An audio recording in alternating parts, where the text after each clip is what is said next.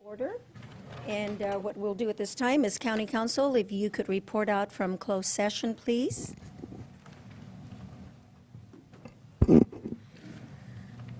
Thank you, Madam Chair.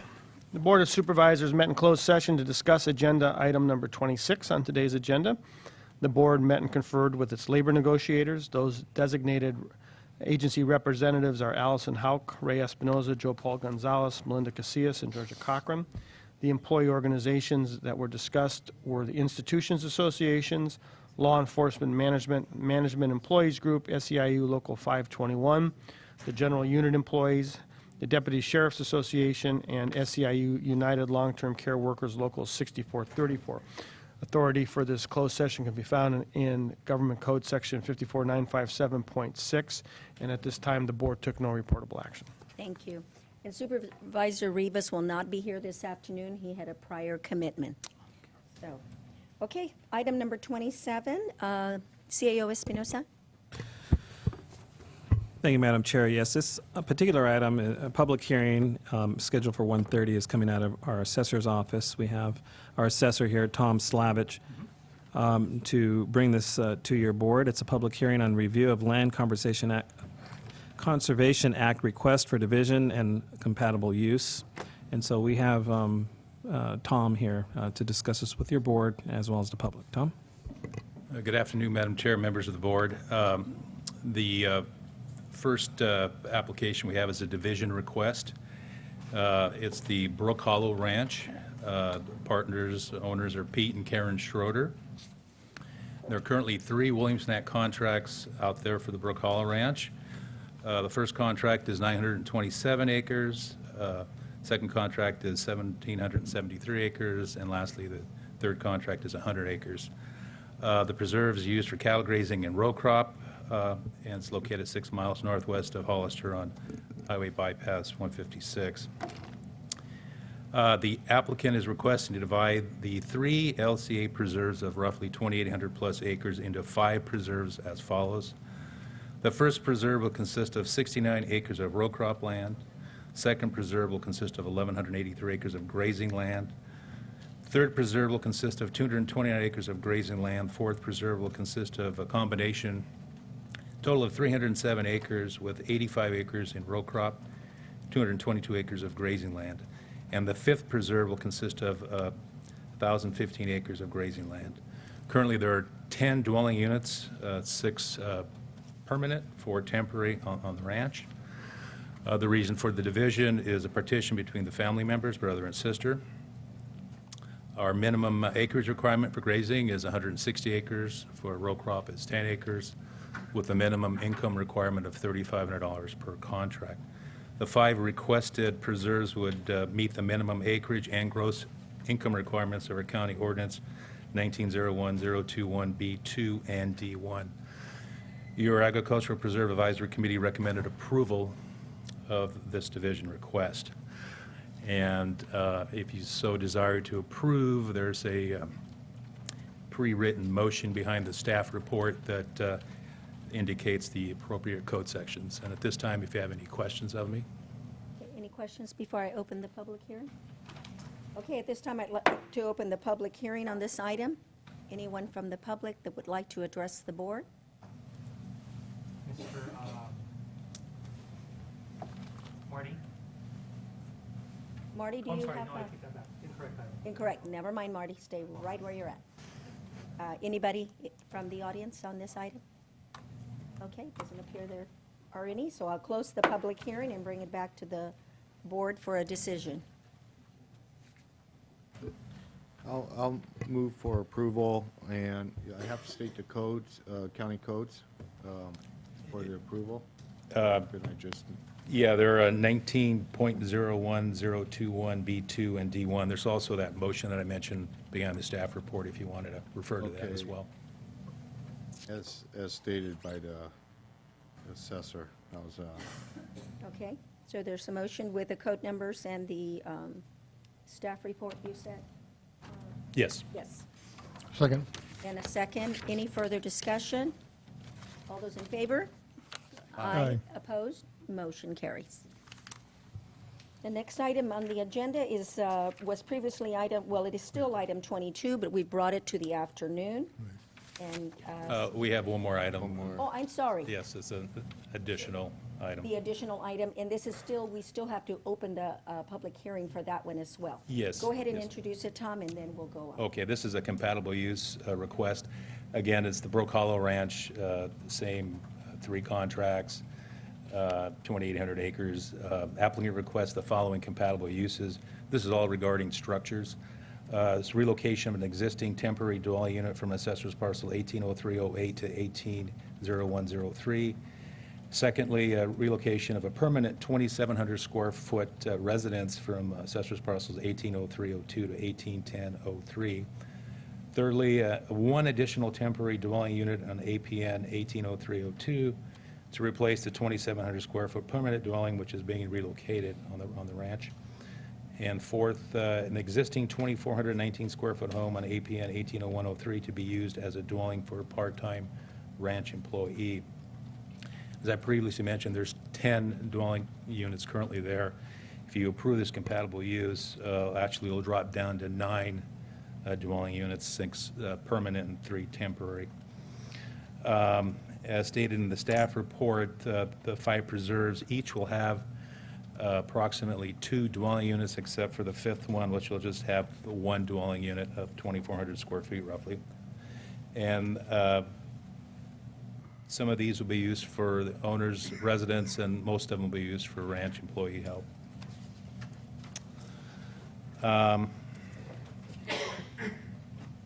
The ranch will roughly be the same size, after the houses are moved, roughly 2,800 square feet before and after this compatible use.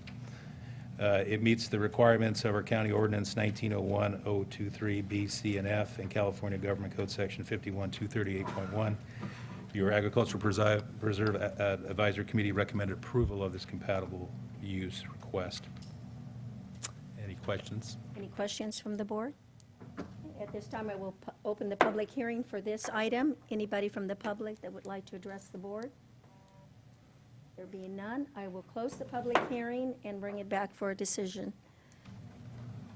Okay, I'll make the motion to direct staff to return at a future meeting with the findings that this request meets the criteria of the San Mateo County Code, Section 19.01.023 C and F, and California Government Code 51238.1, and that the Agricultural Preserve Advisory Committee recommended the Board of Supervisors approve the compatible use request based on the findings and conditions of the approval set forth in County Code Section 19.01.023 C and F and the California Government Code 51238.1.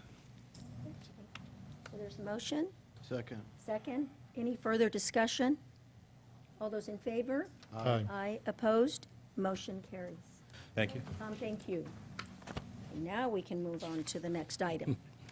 And like I stated earlier, this is item number 22. That was, we had an addendum for this item that would be heard this afternoon or addressed this afternoon rather than morning. So, CAO Espinosa? Thank you, Madam Chair. Over the last 3 years, it's been the interest of administration to be fully prepared during our budget hearings. And with that, the board and administration have set up special board meetings in advance prior to the actual budget hearing to review finances, look at what OPEB, PERS cost would be for the year, scrutinize and analyze roads and many other things.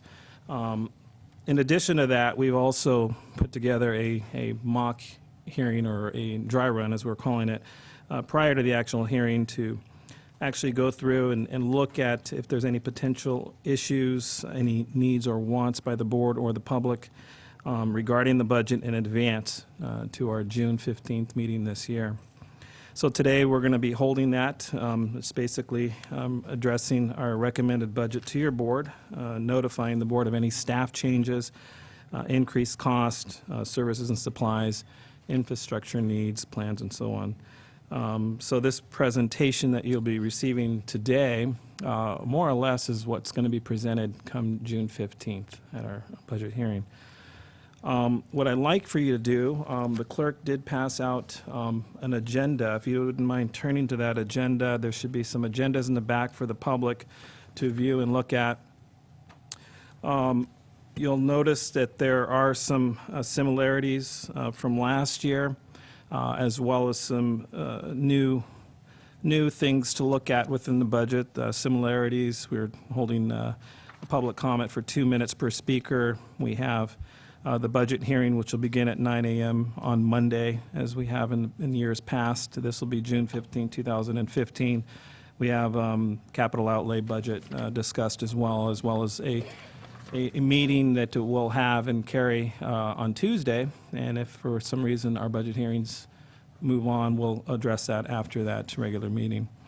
You'll receive CAO comments, the introduction, as well as the consent and regular agenda items, which we've instituted over the last year. One thing I'd like to add as well is in the budget, we have for you a overview of what our budget is. The new ERP system has allowed a canned report, which we've actually put together without the line item detail, which you're normally used to seeing. We will make that available for your board and the public as well. We'll have that in advance to our June 15th meeting. But as for today, we're just going to go ahead and address and look at what our actual revenues and expenditures and net county cost are. Your board has received a soft copy of that. You should have that on your computer. We have copies in the back for the public to view per fund or division number. One of the things that is different in this year's budget is the division numbers. They're a lot different than our prior years because of the new ERP system. So we'll kind of go over that with you and explain those differences. Melinda will also discuss some housekeeping items and then go through the budget. I've also invited the department heads today to be present in case there's any questions that the board may have or the public has with regards to their respective budgets. Overall, I just wanted to say that overall the budget status quo with a few key areas that we've addressed. For instance, the sheriff's office, we've looked at adding some additional personnel for him. I also want to thank staff, Melinda and Sarah. They've worked diligently over the last few months, and in particular, even on the weekends, so I want to thank them publicly. One additional item, Supervisor Botello, at our last board meeting, requested a vacancy position so that the board, as well as the public, should have a sheet of paper here that outlines the staff or the positions that are vacant within our county. And we have them here for you per the request of our supervisor, Supervisor Anthony Botello. Thank you. Yeah. So other than that, I'd like to go ahead and turn it over to Melinda. Melinda will be covering some of those key points as well as some of the housekeeping items, and she'll go ahead and kind of cover some of those thoughts within the funds or the divisions. Good Melinda? afternoon. We actually have quite a bit to cover this afternoon, so I'm going to just kind of start going through a little bit of housekeeping, then I'm going to go through the budgets.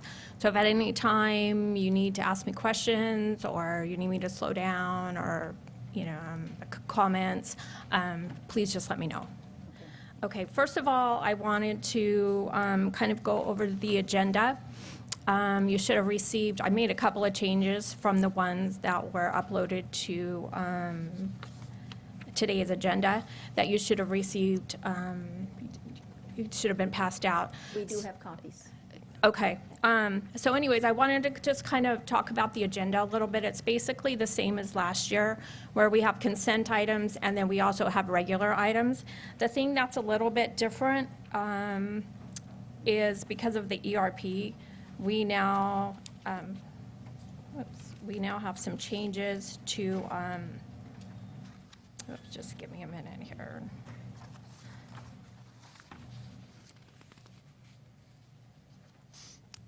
Once I get this scrolling going, I'll be okay. I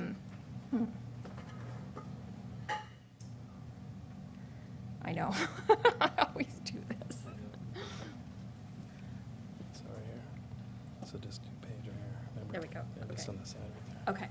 Okay.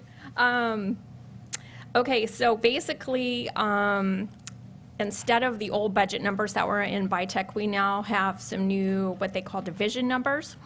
And so each, the consent agenda and also the regular agenda is itemized by departments that are responsible for each budget unit.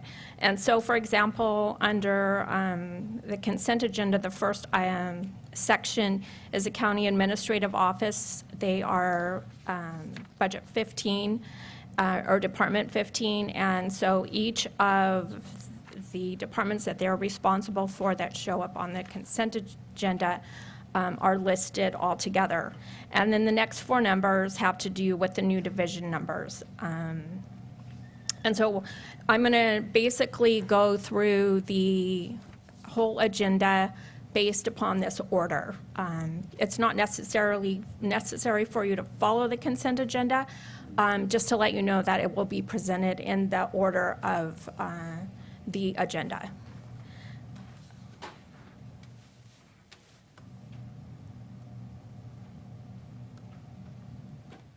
Okay, let's go on to, and you should have all received an email of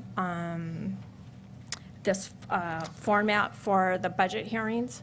And so I'm just going to explain a little bit about the new format, and then I'll start going through each of the different divisions.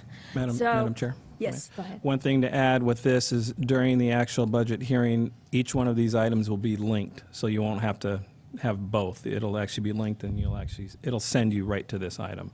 Just wanted to make sure the board was aware of that. Go ahead. Okay. So we did a combination, a little bit of, we downloaded the ERP into these worksheets, and then because we didn't have some history that we normally show during budget hearings, we added a couple of columns in there too. So basically, we have actual 12-13, and we have actuals for 13-14 are adopted for 14-15, and then we have a status quo, which basically we took what we currently have as employees and we added step increases and the changes in PERS, and that's became our status quo. And then what departments requested this year, and then what we're recommending. Whoops, I'm sorry. And then again, because of the ERP, we don't have the line item detail. Again, as Ray commented, we will make that available to you. And so basically, we have summaries of each of the items. For example, under general fund contributions, we have a summary of services and supplies, a summary of other charges, fixed assets, and transfers out, and then that will give you your total expenditures. In this particular division, we don't have revenues, so as you'll see, there are zero in revenues. Okay, so any questions with the new format? All of the departments should have received their format, plus they did receive basically their line item details so that they could review those before today's session. Okay, so if there's not any questions, I'm going to just kind of start going through all the departments. Melinda, I don't have a question, but I'm looking to see if I lost my format or the report, and I'm looking for it now, but I want to make sure that I have it up as you go through it. Okay. So maybe our CAO can help me make sure that I'm in the right place. Excuse me, and prior to that, what I also wanted to mention to the board, prior to me going over there, is when you actually scroll down, Melinda, you'll actually notice, just scroll down that page a little bit, there you go. You'll notice that there is notes and additional 15-16 request.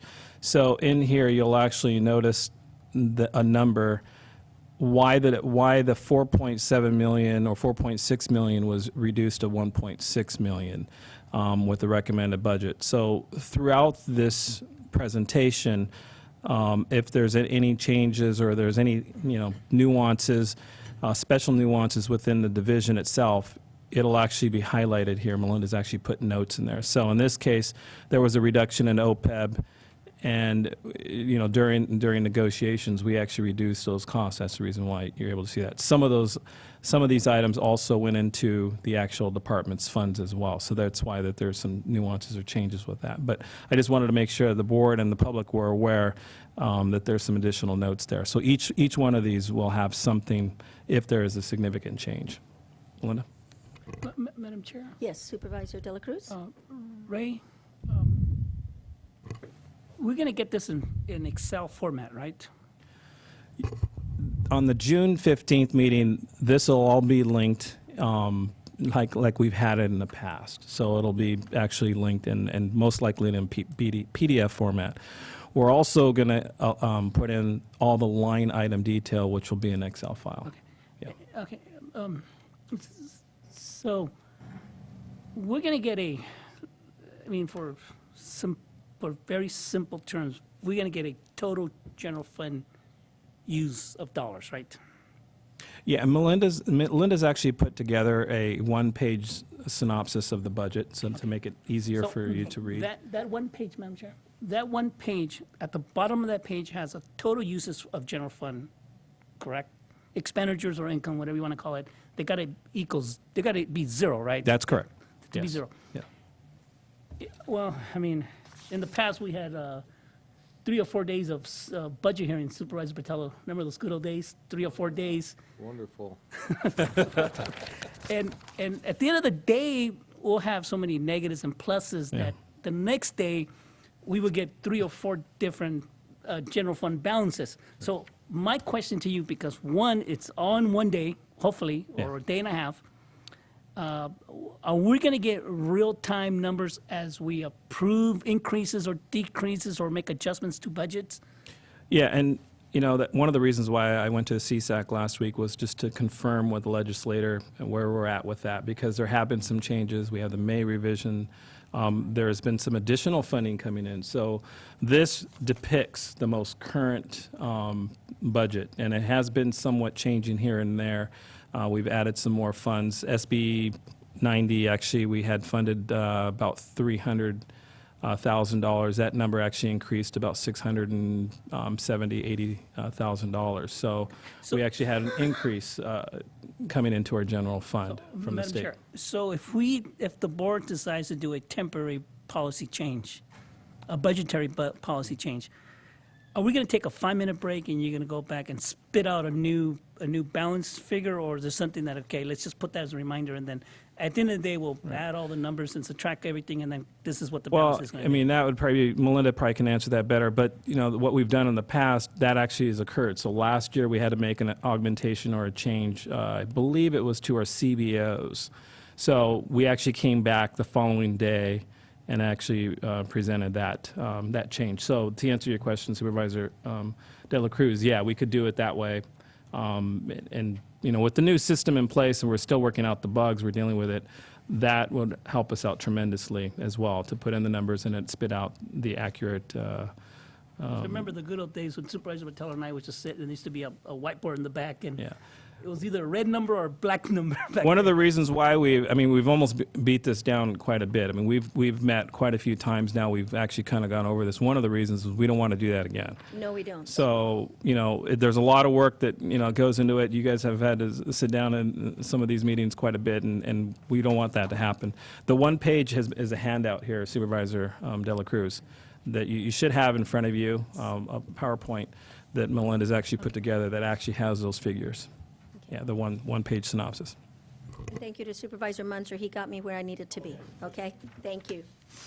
So, Ray or Melinda, these numbers that you emailed us that we have up on our screens now, those are real-time numbers at this point Correct, that we're looking at? right. Yes. They've all been put into the ERP system. Okay. Do you want me to real quickly go over the summary with you? If you want to start there, I'm okay with it. Supervisor De La Cruz, this would kind of give you an idea of it's a summary. Yeah. So at the end of the day, this is the bottom line. Bottom line. Uh-huh. Okay, So this we can do isn't, that. Yeah, Supervisor Delacour, Anthony, Patella? yeah. I just have more or less a technical question as far as with this work. It's Excel, I guess. Yeah. To me, it looks like Excel. And I could make notes, but I got it on my email, and I opened it. I could make notes there. Yeah. But how do I bring that, what I've got off my email, and have it here on this particular computer? That's a technical question. I'll be over there and help you right now with that Okay. while great. she's going through the presentation. Okay, thank you. You've done that already? Well, no, You I just might wanna be know how to doing do it, that. Okay. Yeah, Yeah, I'll be right over there. okay. Okay. All right, Melinda, you can start with the summary, okay. and then we'll backtrack to this. Okay, so on the May 26th special board meeting, we had a presentation pretty similar to this. And I've just basically gone and updated the total numbers. We've had very minor changes between what we presented on the 26th and what's being presented today. We had a couple of increases, as Ray mentioned. The May revise allowed us a little bit more revenue, especially in the SB 90. So that allowed us to go back and adjust some of the departments just a little bit.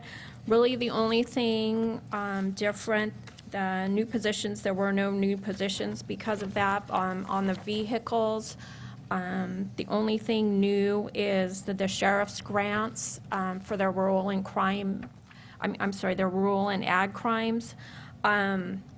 They had enough revenue to cover another vehicle. So that's basically the only change. And then just some minor changes to departments that changed the bottom line.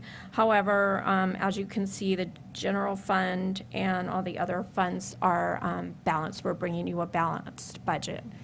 And then Supervisor De La Cruz was asking about changes that you might make during the budget hearings.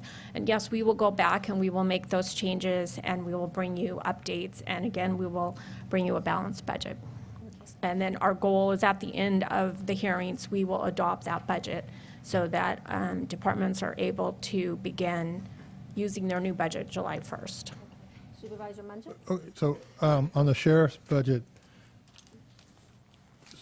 so he has an accident replacement vehicle that's coming in, this grant vehicle coming in, and then he has a third vehicle from, No, I believe the sheriff's office, they're replacing, there was a vehicle involved in an accident. And so Correct. they're replacing that, and in the insurance proceeds will cover that. Their grant that they receive from, I believe it's OCJP, is able to Correct. cover another vehicle for them, and and then then under we the were title general allowing, fund non-revenue offset. pardon me? Under the title general fund non-revenue offset, Right. you have the sheriff's Right, one. and So there's- that's a right, third vehicle? one vehicle that is not covered by revenue of another Okay, so there's source. 3 vehicles for the sheriff's department. Right, and Okay. then one for the jail. And one for the jail. Yeah. Okay, good, thank you. Okay. Any other questions? Just for, Madam Chair, ahead. just for future references, in terms of positions, revenue offset basically means there's money coming in, right? Right, right, And non-revenue is there's no money, so that's increasing our general fund expenditure. correct. Okay, It's it's using the general fund revenues. okay.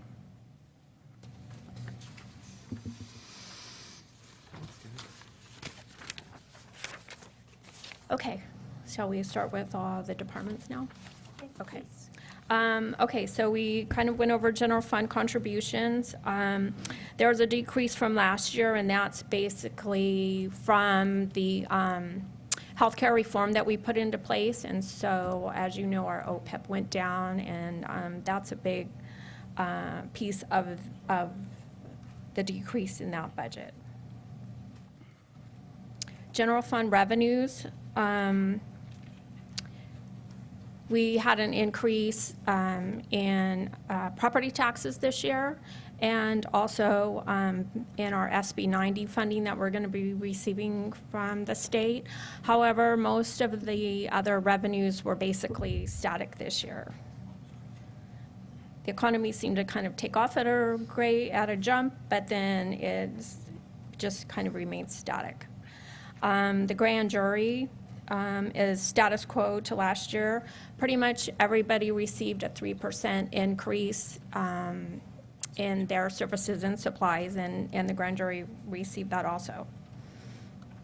The public defender, the same thing, an increase. We're seeing an increase in the types of crimes that are being prosecuted over at the courts, and this is leading to an increase in costs, but we budgeted for a 3% contingency increase.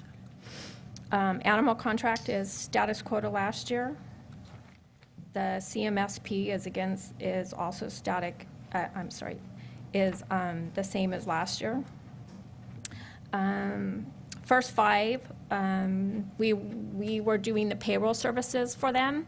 However, as you know, as of July 1st, I believe that there will be separating from the county, and so we will not be budgeting for their payroll services this year.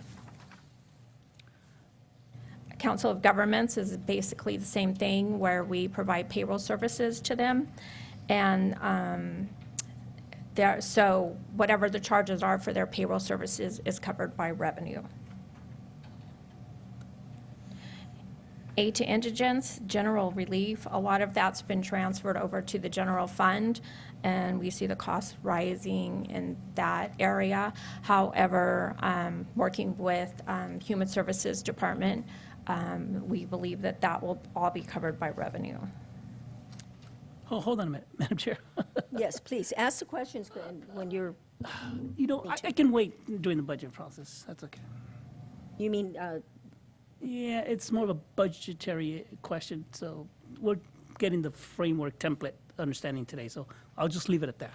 but no, right now is the time to ask, so that when they come back to our actual, hearings, we can make changes moving forward Okay. if you have. All right, here's a question. So, my understanding is that the 1095, it's all general fund allocation. Is that correct? Correct. And then your statement said that it might come from non-general fund revenue? Correct. So in the past, we've had a maintenance of effort Right. funding with public authority for roughly $300,000, and this year we're going to divert, instead of doing the maintenance of effort to the public authority, we're going to divert that back to the general fund. It's still a cost to the general fund. However, if there are additional costs to providing those services, then we're working with Human Services that they will So we have a transfer money we have a into cap our. that we're going to use out of general fund. Anything above that will hopefully come from other sources. Right, right. Okay.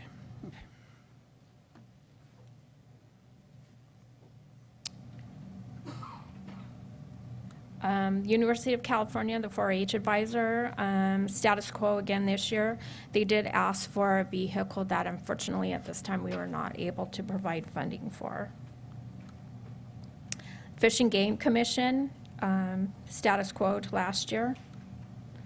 Long-term debt repayment, we budgeted 0 for this year. That was a loan from Integrated Waste Management, and with the transfer of revenue, or the post-closure money that was budgeted for this year, fiscal year 14-15, to be moved into the general fund, we feel that we can clean up the loan that is outstanding on the Technology Parkway building.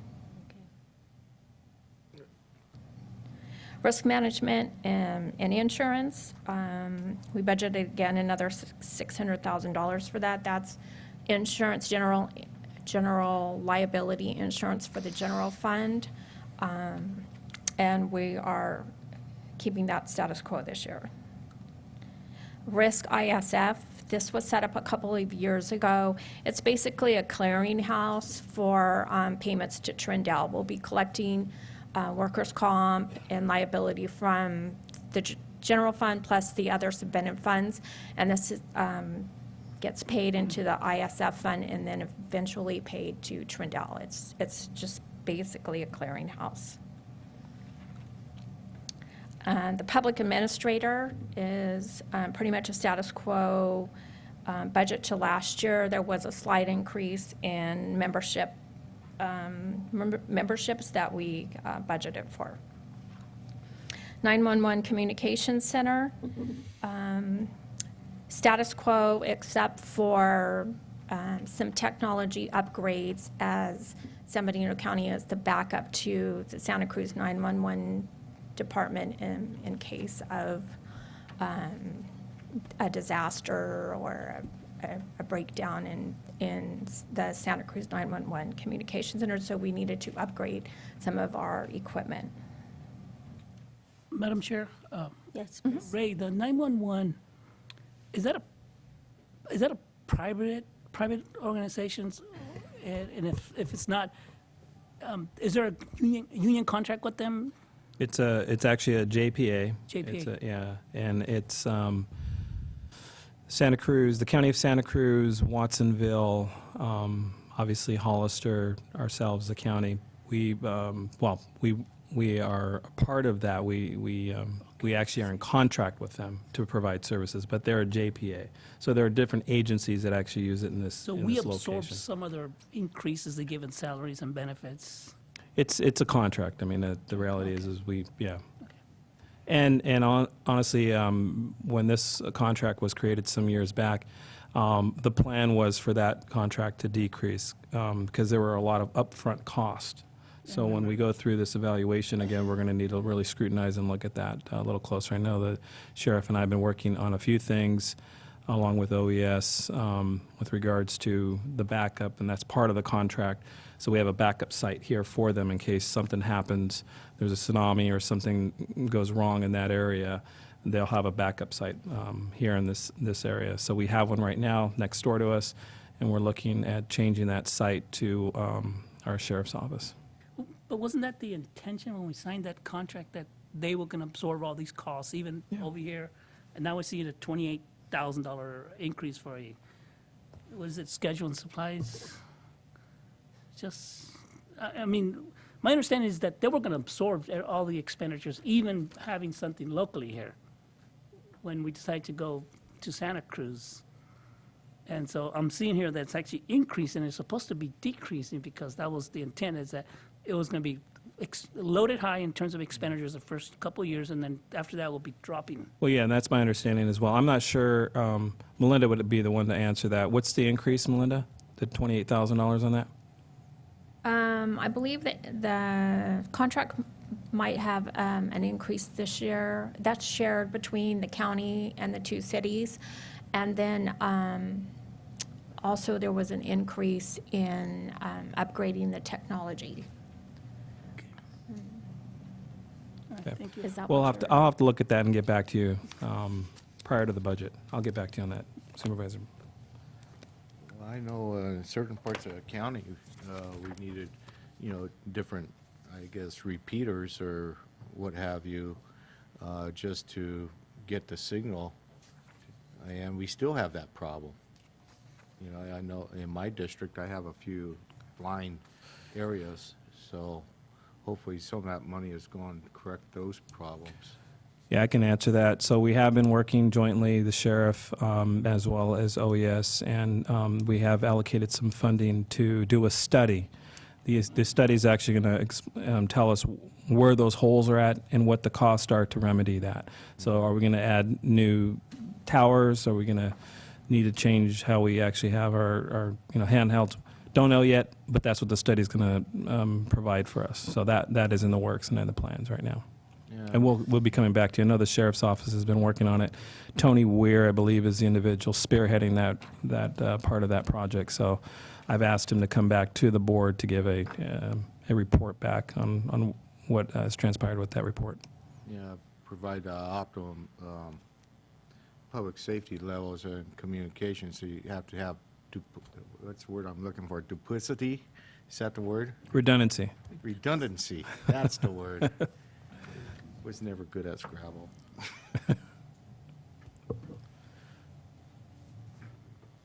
Okay, UNET, recently your board authorized the funding of one sheriff's deputy for the UNET department. This budget unit is covered by a grant, and so the increase to the sheriff's deputy is also an increase in revenue. The sheriff's grants, the Rural and Ag Crimes Division, again, as we mentioned a little bit earlier, their revenue will now cover a vehicle for that department. Otherwise, it was basically status quo.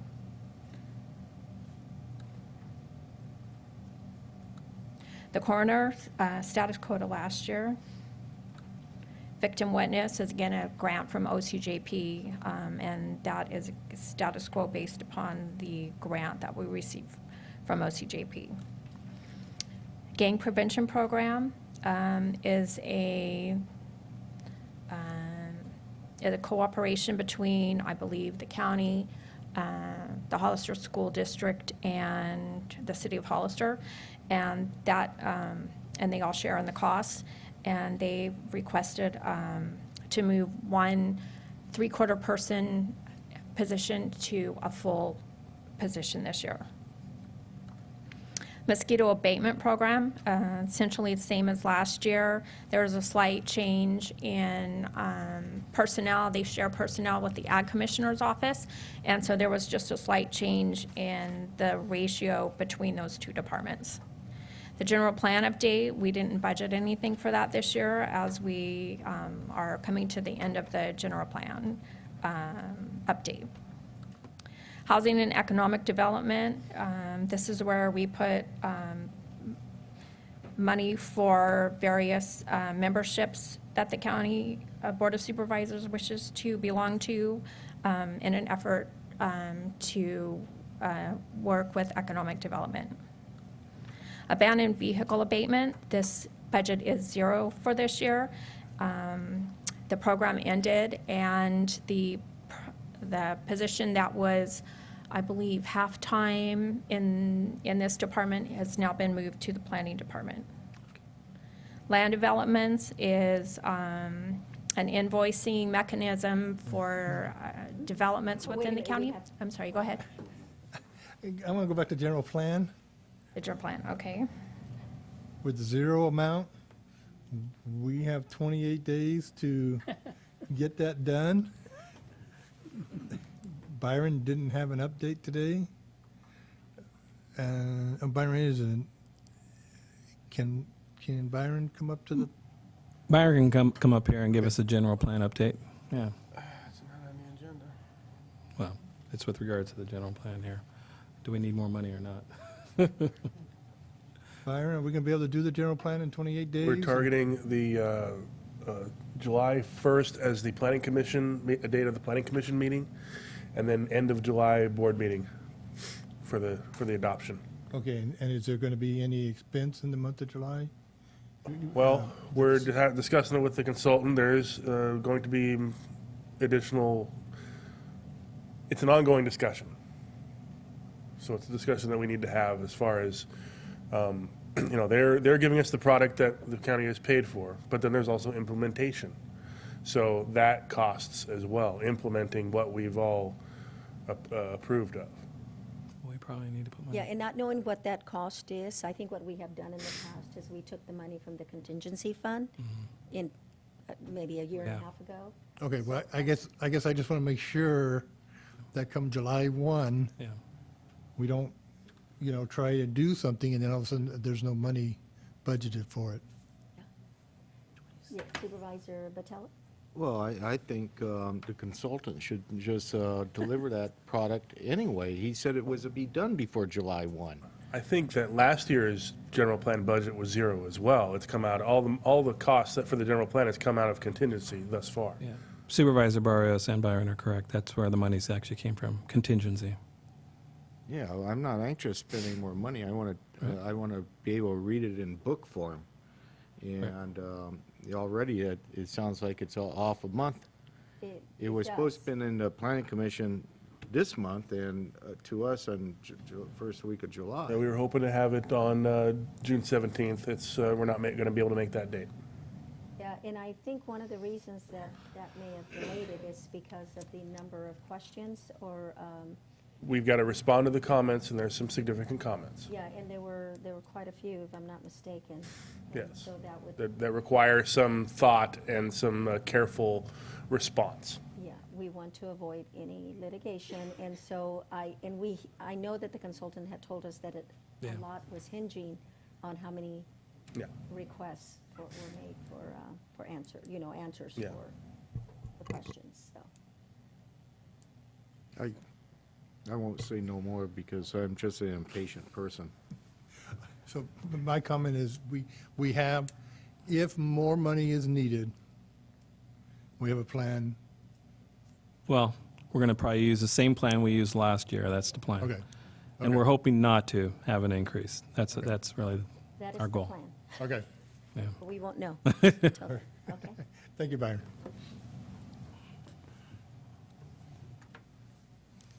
We will work with Byron to see what any estimated costs past July 1st would be. So we covered that one. Where are we now, Melinda? I think we are moving on to the land developments. I think we basically discussed that. The land developments is an invoicing mechanism for developments that we have in the pipeline that we invoice for services that we provide to the process of implementing those various land developments. And so whatever we invoice to those developers, we also receive revenue for. It's just a mechanism to capture the invoicing and the revenue received off of that. Public, So, Madam Chair, I know it's a small dollar amount, but any dollar adds up. How come it's a negative $6,700? actually, that is because of the cost plan. But And shouldn't the agreements it will cover the either cost? be it will be either included in the cost of the invoicing, or it will be absorbed through the planning department. And the idea is that it'll be recovered, that Right. money That's my should be. understanding. Yeah, because it should be a net zero cost to the Yeah. county. Yeah, okay. Okay, Public Works, the road maintenance is status quo to last year. Under the new RMA concept, there was some movement of employees, but other than that, it's a status quo budget. CSA Internal Services Fund, this is charging a charge to the CSAs for services provided by the Planning Department. We actually don't have a budget yet for integrated waste management. We're working on that, the regional agency, and then also the resource recovery park. Your board asked last year that we set up a fund for the resource recovery park. And so in putting together the integrated waste regional agency and the resource recovery park, we're working towards doing that. And we are still in the process of completing those budgets.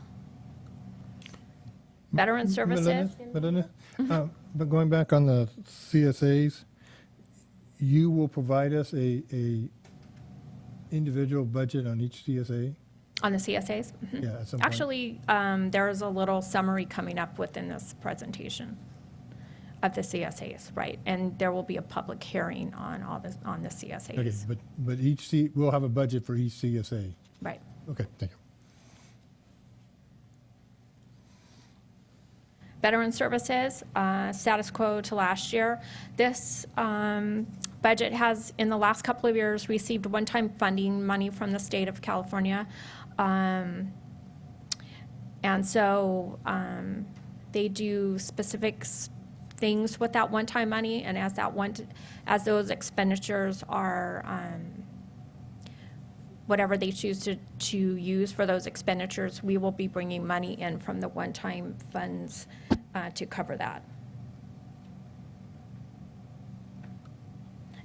Human Services Agency, pretty much status quo to last year. If you recall, there were some reorganization phases within the Human Services Agency, and approximately 50 new positions were added in fiscal year 14-15, and they are looking to add another, I believe, 6 to 9 positions this coming year.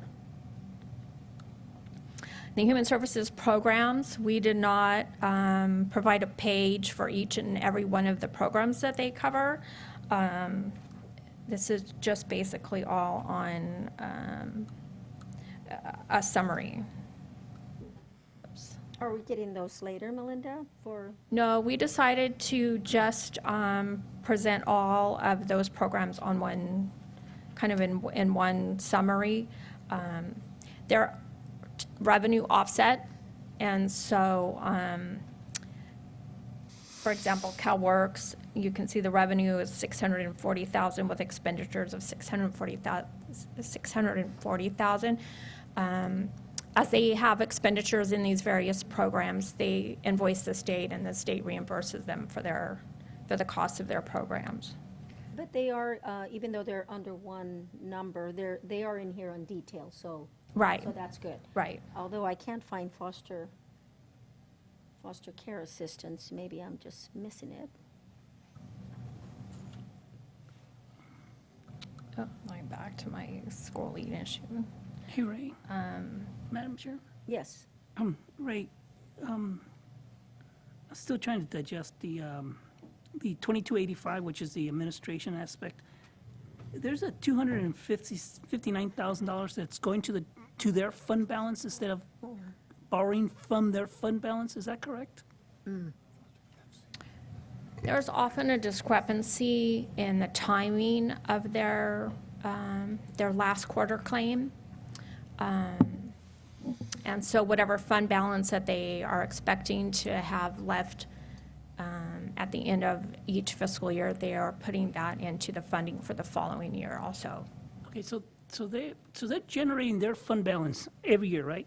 They're increasing their fund balance every year, what you're telling me. They're not trying to. But it's happening by default. But because of the timing between some of their last quarter claims and their first quarter claims, it often looks like there's a fund balance. So if we They're trying to compare, use their fund balance. if we compare fund balances, say 2013, July 1st, 14, 15, 16, it should be the same or slight increase and decrease, right? Madam Chair, if I may, Yes, please. can I invite Health and Human Services up? I have John Miguel here. He'd like to comment on this particular item. John? Yeah, okay.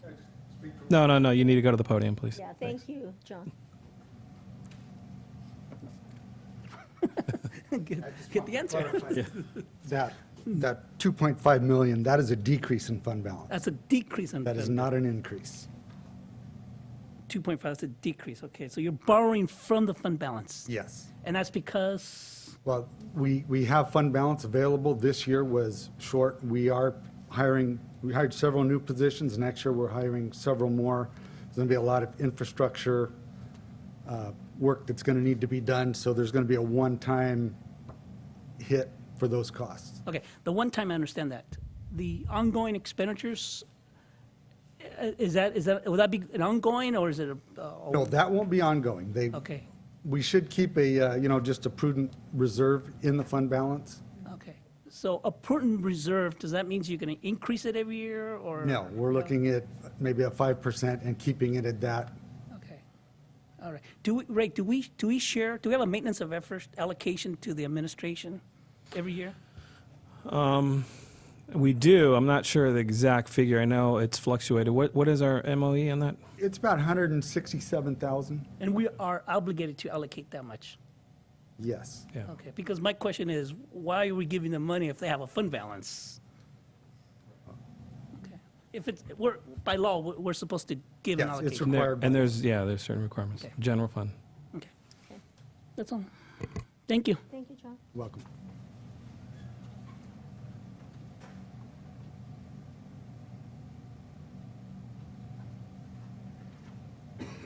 Are we moving on to public authority yet, Melinda?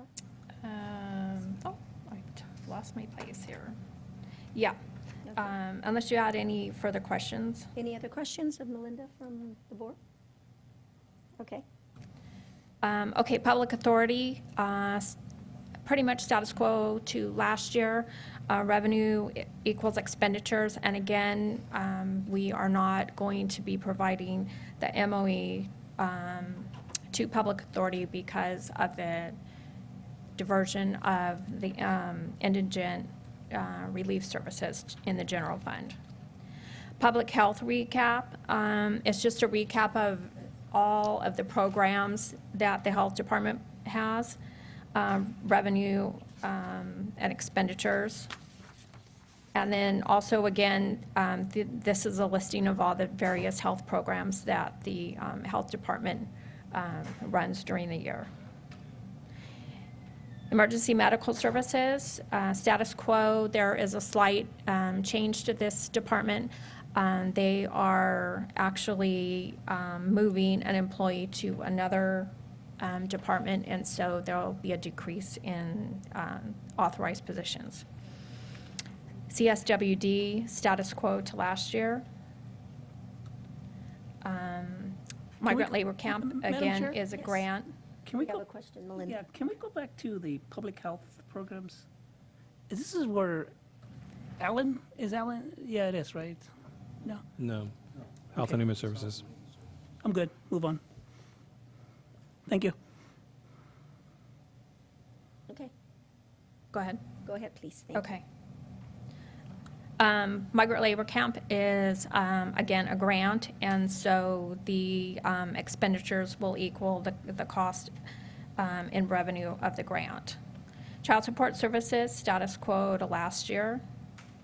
The mental health program, status quo to last year, however, they are requesting one employee, I believe it was an office assistant, to assist in their programs.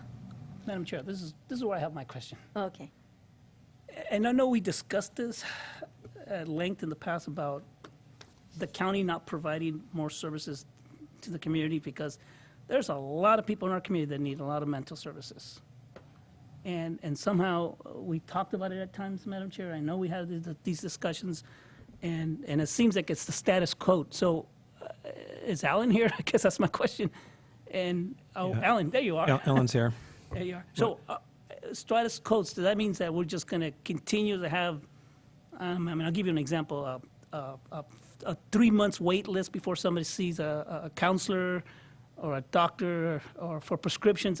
Is that the same when you mean by status It's quo? actually not a 3-month wait list. We just had a federal review, and we did a timeliness study. And I don't remember the exact number, but it certainly wasn't 3 months. The state requires a maximum regulation of 60 days for the initial appointment. That means the intake appointment. And then there are regular ongoing scheduled appointments that occur. Alan, and I apologize for exaggerating that, but when someone goes to the mental health, they're gonna go there saying there's an appointment available within a week or two, not, what is it that you say, what, 30 days or 60 days? The state days. allows a maximum of 60 days before a notice of action is issued to the client, allowing for a state fair hearing. We've never had to issue a notice of action for a delayed appointment beyond the 60-day regulation. Do you want me to start directing all the phone calls that I get over to your personal number? No, you know, there are a lot of other factors involved in whether or not a person gets in for their first appointment. They may be offered an appointment at a certain time, not be available at that time. And I don't know the particulars for every circumstance. No, I'm just speaking in just in general terms, that's why. Yeah. And I know that we always say, you know, we meet the state minimum requirements. Well, Right. sometimes the state doesn't put a human factor to San Benito County. Yeah. And that's why it's hard for me to accept when you say the state requirements is that we're doing it within 60 days, Madam Chair? 60 days is a state I requirement. mean, Yeah, 60 days, but I would love to see it soon. And then we have a department goal of 30 days, and we've been staying within that time frame. That's for the initial appointment, the screening appointment. And then what's after that? When's the next available? Well, then there are your ongoing regularly scheduled appointments where after you get your screening appointment, it's determined whether or not you meet medical necessity. And then whether it's a therapist or case manager or a psychiatrist that is allocated to you for your service provision, that person will make an appointment with you for the initial appointment with them for ongoing services. Yeah, because I really do. I have people come to my house that tell me I can't get an appointment until 30 days from now, and they're going in a crisis mood, and they might be classified as a, 5150 or 5051. Well, crisis mode is an immediate response. So if they're Wow. truly in a crisis mode, an urgent issue, they can get an immediate response. Who makes That's that- 5150 criteria, Yeah, it is. essentially. Ellen, who makes that determination? Most often, it's law enforcement that writes 5150s. So if they make that recommendation, then behavioral health acts on it immediately? Yeah, we have 24/7 crisis response. Yeah. We also have case managers available 24/7. Okay. So, that said, regarding the upsurge in regular ongoing clients, meaning in any given day, number of open charts, we have actually incurred an increase. I think it's been a fairly substantial number. I believe the staff have told me it's somewhere around 400 new clients, because what we're seeing is we're seeing more people with Medi-Cal eligibility, because the eligibility requirements have been lowered, and with the Affordable Care Act, behavioral health care services have been included. So we've actually been incurring a large influx of those clients. The other part of the influx has been from physical health care, because as you recall, Anthem Blue Cross came into the county and implemented physical health care managed care. With that, part of their responsibility was also some portions of behavioral health, the portions that are not carved out for mental health, behavioral health care, which are generally lower level diagnoses. What they've been doing, though, is they've been referring more of those clients over to us.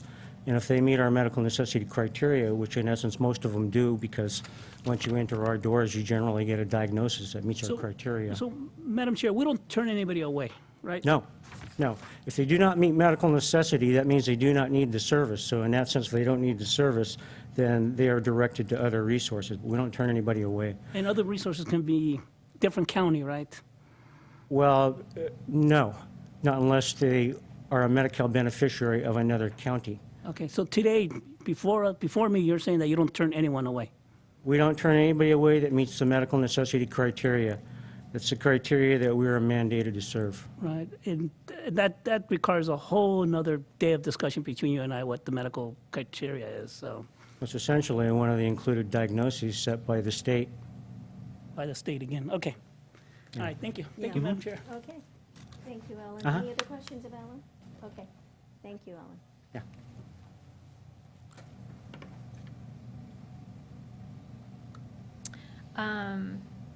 Capital outlay, this is a total of projects that we are looking to fund during the fiscal year 15-16.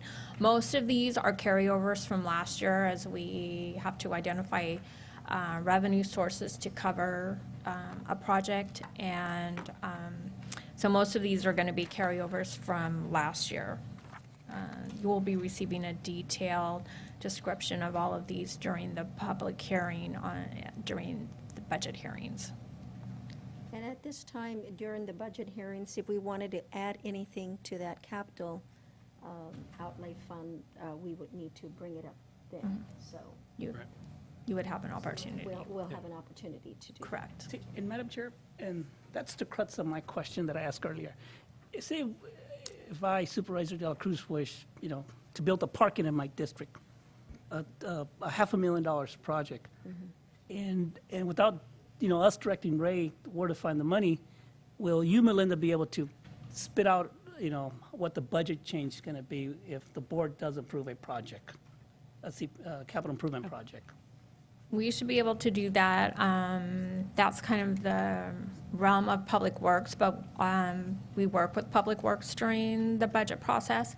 And so between Public Works and myself, we will be able to adjust the budget We and could- present a new adjustment to And you. we can do that. Yeah. That's our job. Yeah, We CAO? can do that, yes. That we So would have to work that's- with it. That can be done. Thank you, Madam Chair. Okay, Okay. okay. Here was kind of the CSA summary that you were asking about earlier, Supervisor Menzer. This, I don't know if do you have this on your, I think I might have added this morning. I have a CSA recap, perhaps you could see it up here, that has a total of, by CSA, total that we're looking at, Public Works has put together, that will be revenues and expenditures for the year. And then during the public hearing section of the budget hearings, the CSAs will be presented individually. It when looked to me, just Yeah, at first glance, it looked like they were pretty much status quo to last year. Okay, so we'll have to look at a different report for that detail. Right. Okay. I can send you this because I think I added this in this morning, but I will send this to you after the meeting today so that you can look at the, And that will be linked with our agenda item on the 15th. hearing. right, Yeah, on the 15th. right. Okay, let's see. I think that was the end of our consent items. Okay, so now we're moving on to the regular agenda. The Board of Supervisors was basically a status quo budget to last year. Same with the clerk of the board. County Administrative Office was, again, basically a status quo budget to last year. Office of Emergency Services, they requested to move an employee from a half-time position up to a full-time position, and there's some funding that goes along with that request.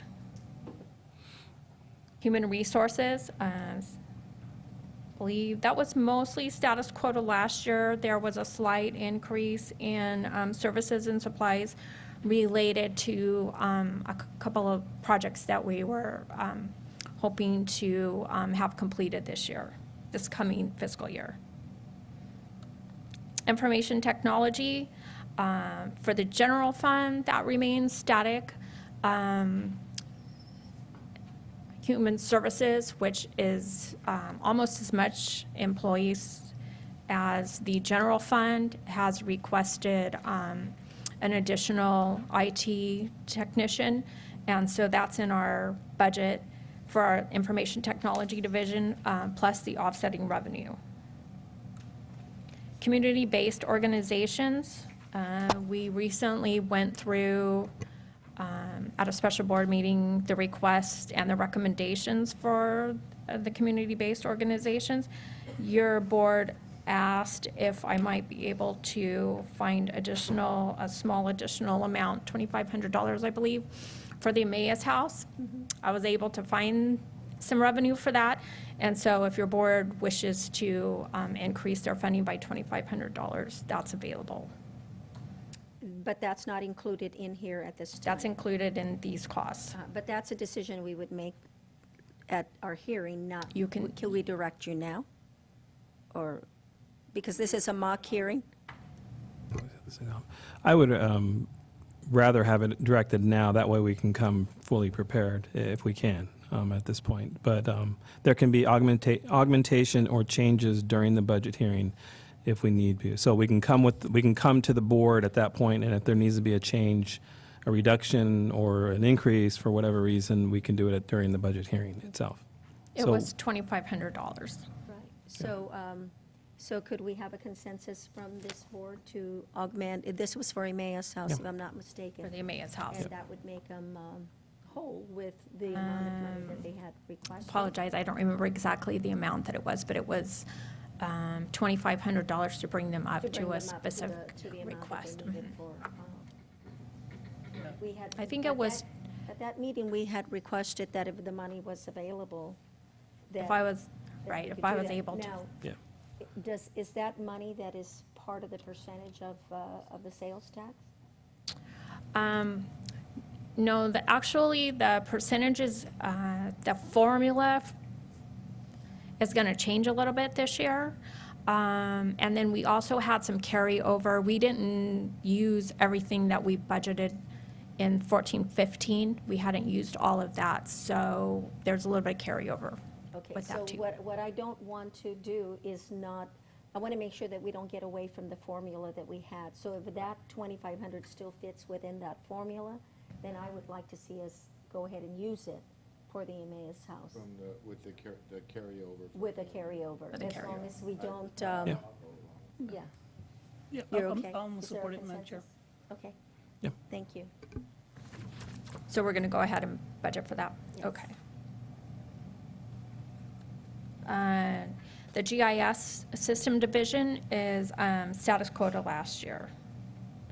Actually, I think they received, last year they had requested a software program, and that's been put into place or purchased, so we did not need the funding for that in this current fiscal year. So there's a slight decrease in that aspect of services and supplies. The fire contract, status quo to last year. Property taxes increased a little bit, and so that should be able to cover any increases that we might see. However, I believe we budgeted for that contract to be the same in the cost of that contract. Elections, we've discussed elections a little bit prior to today. It's a primary election, and so the cost increase, or actually I should say the revenue decreases because the costs are not able to be picked up by any users. It's state mandated, and so the increase in the cost with the reduction, there's a reduction in revenue, whereas there are not any agencies to charge the election to. County clerk, I believe between the county clerk and the recorder, they requested one additional position this year, which will be covered through revenue that they have in the micrographics Melinda? fees. We have a question, Melinda? I just- Supervisor Yeah. Melton? Are we going to have, when we're actually doing the budget, is it going to be in the same format as what was emailed here? It'll be very close to that. Okay, Yes. because having to scroll back and forth across Oh, the top, so that's what I was saying earlier. So when we actually go down the list, when you click it, you're going to be able to click, That's go right. onto it. I said in the very beginning, because by the time yeah, you're we're two scrolling behind, and back and she's. forth, and yeah. she's two Right. items Ahead of us. ahead of us. I cued her not to, lag too much. I cued her to keep moving forward unless asked. So, but we're gonna have, where we're going down the agenda, and we'll be able to click on Yeah. it like normal. Right. Okay. Yeah, and then you'll have one that'll say go back to the top like we Okay. have normally. Yeah. It could be that we're just low. Well, And I think we still have to No, do at the doing due this. pass type of thing, and so that could slow it down. And so, wait a second, I got a comment or a question or an idea, I hope. Yeah, Yes, that's No, the it should plan. be a It'll be quicker it'll way be to get just like there. last year yeah. and the year before.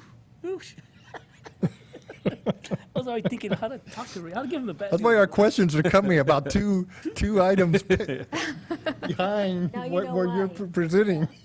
We're still doing this. I'm trying to, yeah, I'm trying to get through. We have a lot to cover. Madam Chair, actually, I'm so happy Supervisor Munzer brought that up because I was trying to find a way how to bring back an item.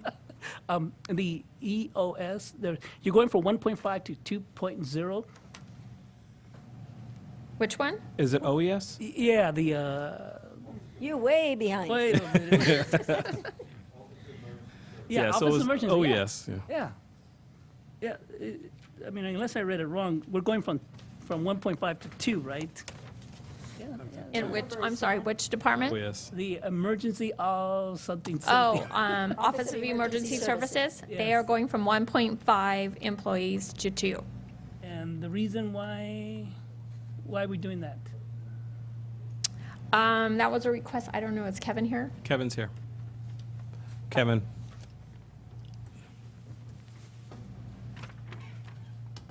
Can you tell me what number that is, Melinda? I can find it a little quicker. Yeah, it is, let me find it. 1045, 15.1045. So the question was, why are we going from 1.5 to 2.0? Right. It's basically two reasons. One, OES is kind of tasked with doing all of the disaster emergency preparedness planning and coordination prior to an event in the county, and during, we lead that effort, and we just need more help around the office to get that done. Secondly, we're paid partially out of a grant that has a dollar-for-dollar match. Okay. So currently, where we sit with the 1.5 staffing, because of the match, there's only about a $1,000 difference or so between full-time, my employee being full-time and half-time. And that's because the budget kind of equalizes out at about $99,000. So with her at full-time, with the dollar-for-dollar match, it's 99. With her at half, it's 98,000. So we're really talking about a $1,000 increase. In the past, I won't get into too much details, but the budgets being proposed to the board were incorrect. The person managing the grant kind of misunderstood how it works. And we're fixing that this year so that we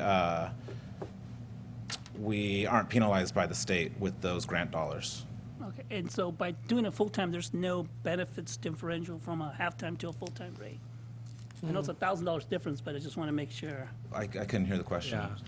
Yeah. If there was a benefit difference. Oh, well, the benefits count towards the match. So as the salary and benefits goes up, the match amount goes up, and they equalize out at about 99,000. So the county pays 99,000, we get 99,000, and the budget's balanced. Okay. So for $1,000, we're getting another half-time. Essentially. Pretty much. Yeah. That's a pretty good deal. Right, and we'd be paying that anyways because we would have to pay more general fund to make the match go up enough. So it makes sense, yeah. Right. Okay. Okay, explain. Good question. Very good, explain, Oh, thank you. Thanks, Kevin. Any other questions before we move on? Okay, Melinda? Okay, county, Item number, please. this one is 20.1125. County recorder, I think we talked in conjunction with the county clerk and the recorder's office. And for clarity, this is item 54 on the actual agenda itself, so Right. just for clarity. And so, it was either the clerk's office or the recorder's office that was going to be increasing of their positions by one person. Otherwise, both of them are status quo to last year. County auditor is requesting one additional auditor accountant that is going to be covered by revenue. Otherwise, their department is status quo. County council, status quo to last year. They are one of the departments that in the last couple of years has not requested anything additional over what they currently have as far as funding. The treasurer's office, status quo to last year. There is, they requested a check machine that works with the bank, and we funded that. They preferred to do that on a lease payment, and so we funded that this year. The tax collector's office, status quo to last year. They did request, I would believe, an additional 2 authorized positions. Unfortunately, at this time, we are not able to provide funding for that. The assessor, with the SCAPA grant that he received earlier this year, has requested roughly 1.5 addition in personnel, and that's covered by the SCAPA grant. That's a 3-year program that has the potential of becoming more of a permanent funding source. The sheriff's operation, I believe they requested a couple of personnel. However, we were able to fund the second request earlier this year and grant one more position. They had quite a bit of an increase in costs in services and supplies for their requests, and we were able to basically adjust that by about $50,000. And then there's also a vehicle in that budget.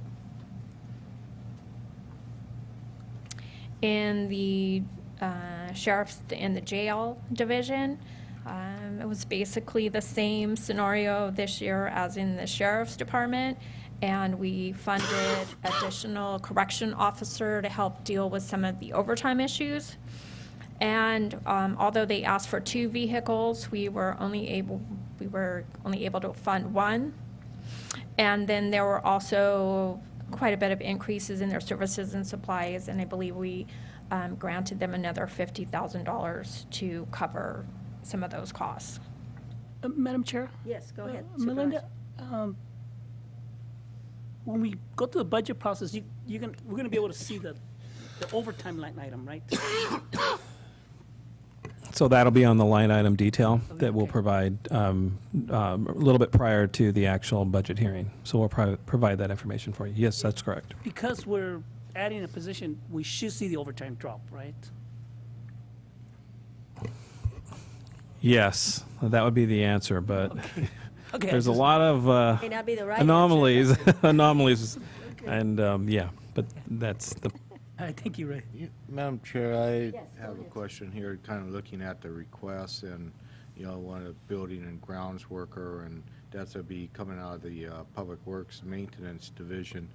Can you turn your mic on? I'm not sure if you have. Do you have your mic on? Oh, I'm sorry, maybe I need to talk in it. Is it working? Okay. It'd probably help if I talk in it. The building grounds worker that was requested by the sheriff's jail, wouldn't that have been in place anyway at our buildings ground worker, or we didn't have a buildings ground worker that gave it the proper, effort, or what's the deal with Well, that? I can- And then the other idea I can is invite why not Joe, just have the prisoners go out there and clean it? Historically, there was a maintenance worker for the sheriff's office at the jail at one time, and then with the reduction of staff, I remember that we had to reduce, we had to have layoffs. Part of that was to remove a staff member from the sheriff's office in lieu of having the individual from Public Works to go out there and work on it. However, there's been some issues after hours and some other things going on at the jail that I'm sure the sheriff and Joe can talk about, and we're trying to remedy that issue. So, Joe? Yeah, so it's, as we went through the really tough times, everything kind of collapsed down, and one person or 1.5 people were trying to go through and maintain all the facilities, the jail and juvenile hall, both 24/7 operations.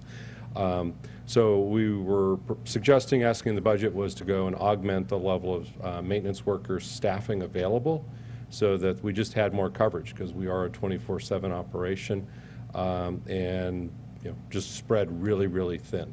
And so that was the original concept. I think one of the things is whether the position sits in the sheriff's department and is its own island, or it's part of the larger, shared Well, I resource thing, think- is the larger conversation we'll have to go figure out, because it's part of the one advantage of consolidating. The disadvantage is it's harder when, Darren needs something at the jail and we're off working at the library or, another building.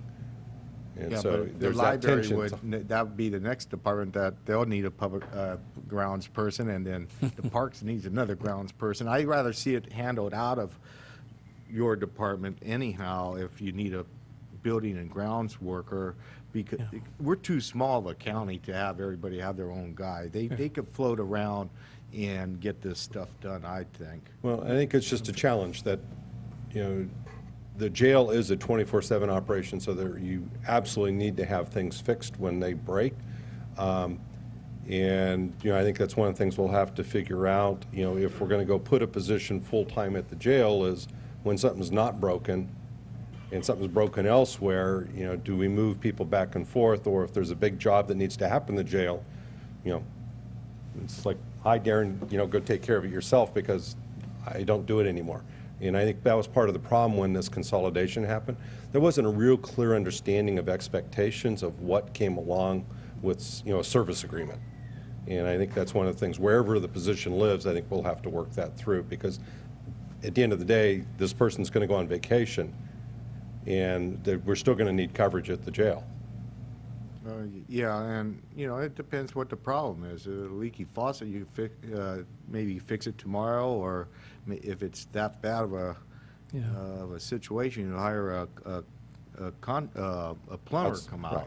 And we do that today, and that's part of, the package that Ken Nattel has, kind of how moving people around as outside contractors, our regular staff, and we actually have some folks coming out of the HHSA public assistance program that we're wanting to give them skills, and so we're bringing them in to help on these types of things too. So there's a lot of ways that the county staff are trying to spread ourselves. Madam Chair, if I may.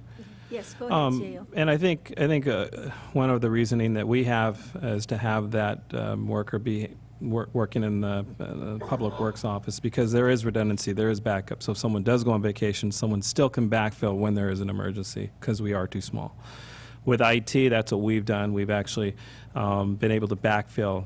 Currently, there's a need with the growth in health and human services and behavioral health. They're growing leaps and bounds, but with the service levels, we can't keep up with those service levels. That's why we need to add another person.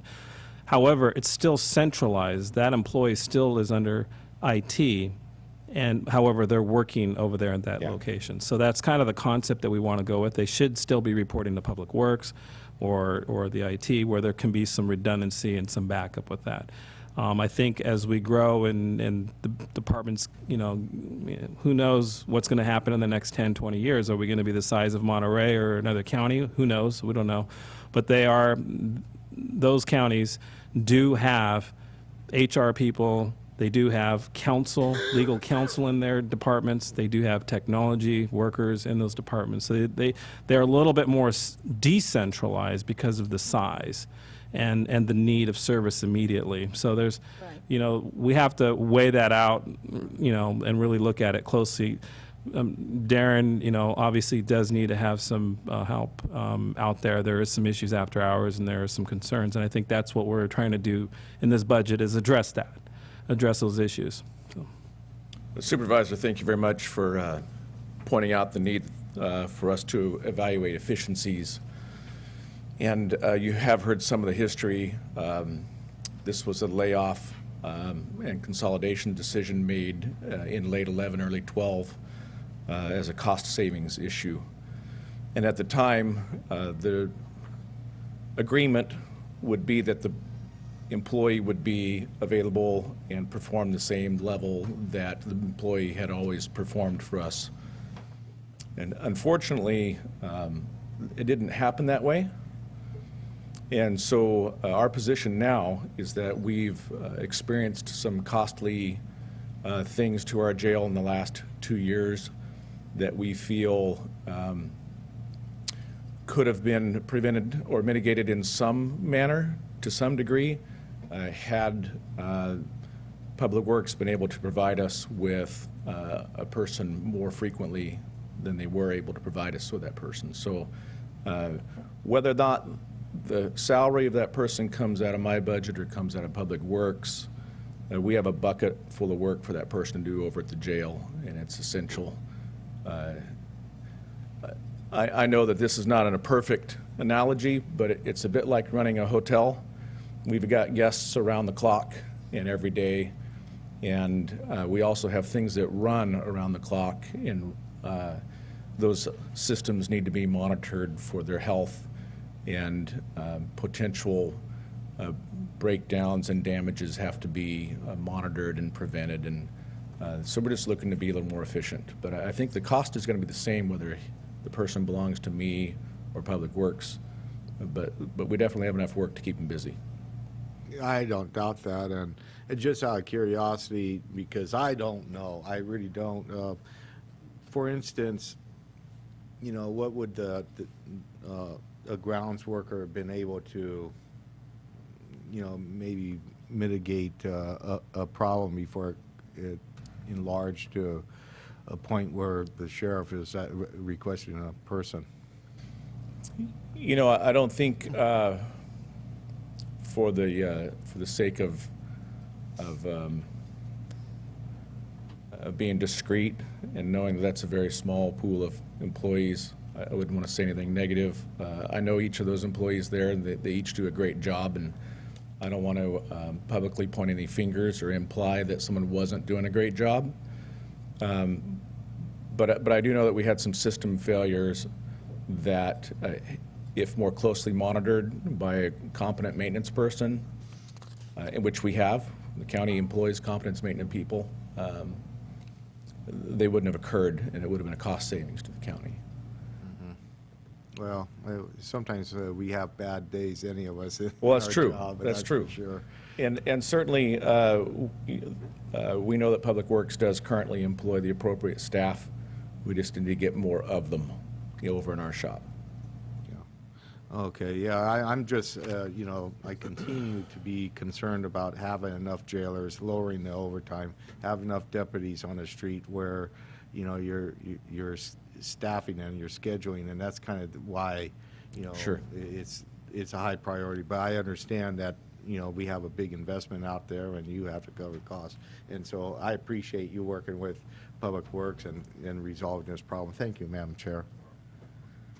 Thank you.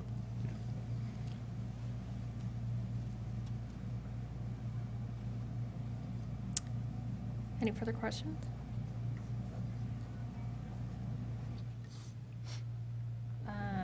Okay, the district attorney,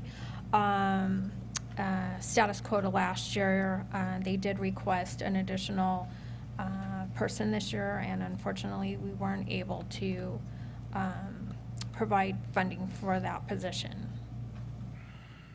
The probation department has requested a slight reorganization in their department and one additional personnel. They have funding to cover those requests. The juvenile hall detention facility, basically status quo to last year, except that they are looking to replace some mattresses at the juvenile hall. And we've provided funding to replace half of them this year, and then the other half will be budgeted for next year. The county library asked for an additional, I believe, 2 personnel authorized positions, and unfortunately, we weren't able to fund either one of those requests this year. Agricultural Commissioner and Sealer of Weights and Measures, status quo to last year. Again, there was a slight shift in shared personnel between the Ag Commissioner and the mosquito abatement program. There's funding for one vehicle, a review of the vehicles that they currently have, the amount of usage, the age and the mileage on those. We felt that we could provide funding for one additional vehicle. They actually requested 2.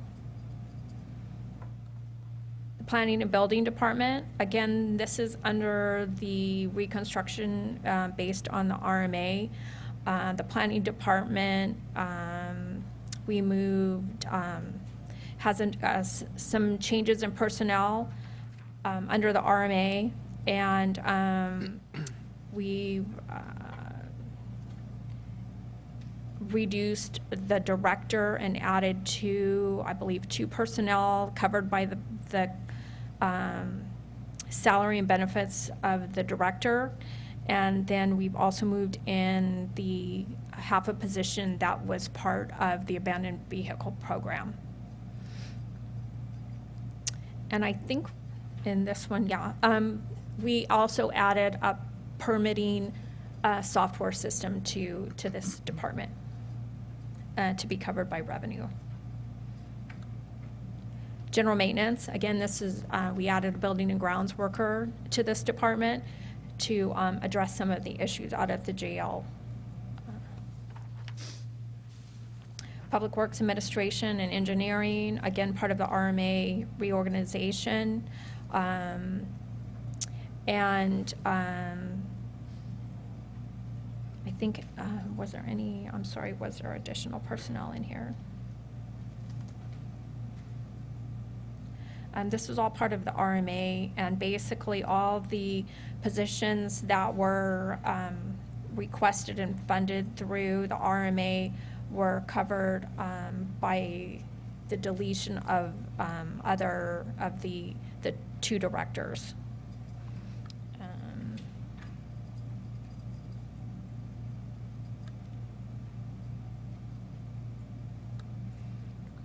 That's Memorial Park. I think there was an increase in utilities in this budget, and otherwise a status quo. Historical parks, status quo to last year. Madam Chair, I have a question on that. Go ahead, Supervisor. We put in that, isn't there a cell tower there on Vets Park? At Vets Park, I believe there is, right, and the revenue associated with that Don't we was. get any revenue for it? Where does the revenue show up? General fund. It's Oh, in okay. there. Well, I'm fine It's- with that. You can give it to the Vets It's Park not if you a want. lot of additional revenue, but yes, we moved the revenue from general revenues into the Vets Memorial Park Oh, okay. area. So it's not really new revenue in the whole general fund department. In the whole general fund, it was just moved from, we used to have it in general revenues, and we've moved it over to Vets Park. All right, and Wait a minute. Wait, you've actually moved, Melinda? You've moved the revenue from the cell tower into the, Into this budget. It's not necessarily, there's some revenue associated with the new tower, but we used to budget all cell phone tower revenue in, used to be called 185, general revenues, where property taxes are and, revenue that we share with everybody. And we moved it, at their request, we moved it into the Vets Memorial Park. So it's not necessarily new revenue, it's just no, a I understand. redistribution. That's been kind of a source of contention with some of the commissioners. So they might be happy to hear that, although it's not going to increase the budget any for the Vets Right. Park. But that Right. does go directly into the park now. Right. And the other question, source of revenue, with the recreation programs that Hollister has, that they collect money on, do we get any of that to offset our costs that, For what now? for the Vets operation or the Vets Park? Joe? That's a good question. I thought it went back to the Alright. vets. Yeah, that is a good question. I will go back and I do not think so. don't We think so do either. we do need to go through and redo the operating agreements with the different organizations out at Vets Park. Some of them have expired, and with the new well coming in and the increase in utility costs that Linda talked about, that's because of the well. So under our agreements, those costs spread back out to the organizations. So we want to make sure that that's all getting accounted for with the individual user groups. And that'd be kind of the logical time to see, is there anything else that we should be doing? I've also been having some conversations with the city folks about, are there some more joint projects that we should be doing out at Vets Park? Because it really is serving the residents of Hollister, not just kind of the county. It really is functioning like a neighborhood community park. And how do we joint venture on some of those to share that? Now's the time, I really want to be looking at that, because being a county resident, when I played softball, I had to pay a little bit extra, participate in the Hollister program, and I play at Vets Park. And, that's something, they collect a fee, and as well they should. I'm not arguing that, but I'm looking at costs here that I think maybe should be closer to neutral, with Hollister collecting, if they're going to utilize it for programs and skateboard parks and things like that. I know they constructed a skateboard Right. park, I assume, but still, we should at least cover our utility costs and so forth. I will go research that. Madam Chair? Yes, go ahead. I think, and Supervisor De La Cruz can correct me if I'm wrong, and I'll defer to Joe once he researches, but I think the agreement was the city would provide water for all the grass out there and for the restrooms and the drinking fountains and for the use of the parks and their programs. That has kind of changed now because the price of potable water has increased. They said they couldn't continue in that arrangement because the water was too expensive to water all the lawn. Ergo, we put the well in, but I think we do need to look at that to make sure we are still getting a fair Equal value. in their use of the park with the water that they are still providing. They're still providing the potable water. So we need to make sure that's equitable. We should do the same for the library then. Madam Chair? Yes, go ahead, Supervisor De La Cruz. Supervisor Muzz is correct because we actually had this discussion several times in the last couple of years at the Veterans Park in light of the new well being built there. And we can have that discussion and moving forward with the budget at the same time. Because we do have an agreement with the City of Hollister, and the City of Hollister Recreation Department is moving a lot of their programs to other nonprofit groups. So now you might have actually a third player involved in here, and that's called the nonprofit groups, because they now manage the adult softball leagues. Before it was just 100% Hollister Recreation Department. So I totally agree with you, Supervisor Patello. That's a discussion we should have down the road too. And finally, we have contingencies. We've increased contingencies this year. We saw during this current fiscal year a lot of unexpected issues arise, and so we tried to budget some additional funds into contingencies for this year. And that's basically the budget. All the departments. It was a very difficult budget. There were a lot of requests that unfortunately we were just not able to fulfill this year. Hopefully next year will be a little bit better. I'd like to thank all the departments for their help in answering questions and helping find revenue when they could find revenue, cut down expenses when they were asked to cut down, if they could find any places to cut expenses. And again, it was a very difficult budget, but I think it's, we tried to do a little bit for every department within the last couple of years. So if you have any questions. I have a question on process. When these departments made requests for personnel, staff increases, was this discussion had before? I mean, they're not finding out today that they've been denied those requests. There was a process that was followed that they knew coming forward to today's mock hearing.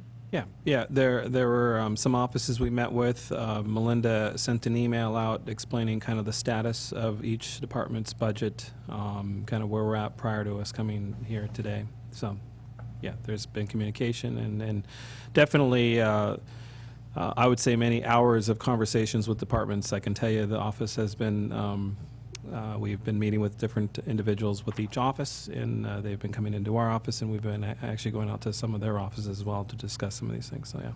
Okay, and then the other question that I have is there are some departments, I know there are, the general fund departments that we have to have, like the Sheriff's Department, for instance, we have to have so many people by state law in the jail and barely meeting those minimums. But other departments are revenue-generating departments to an extent.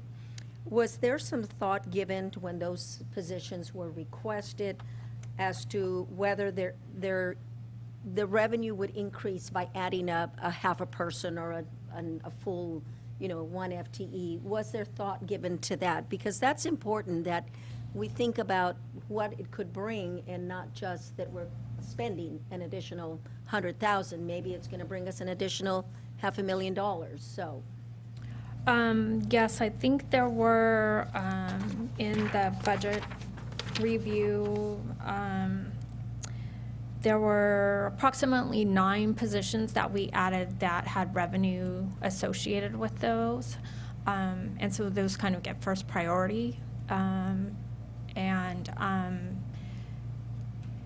then we have to make decisions based upon positions that don't have revenue covered with them. And actually, some departments have talked about different types of fees that we might be able to start charging that would help to cover personnel.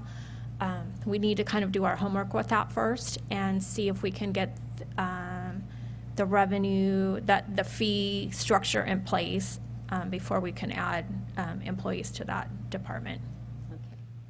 So there was some thought given to that and some planning moving forward that we could have potential revenue for the positions that are being added on. Right. Okay, now, my last question is you mentioned authorized positions. Some of the departments asked for an additional person, 2 people, and those are authorized. When you say authorized, does that mean that they are authorized, that we have already approved those positions, but not necessarily, they were not there, they didn't retire and that position is open?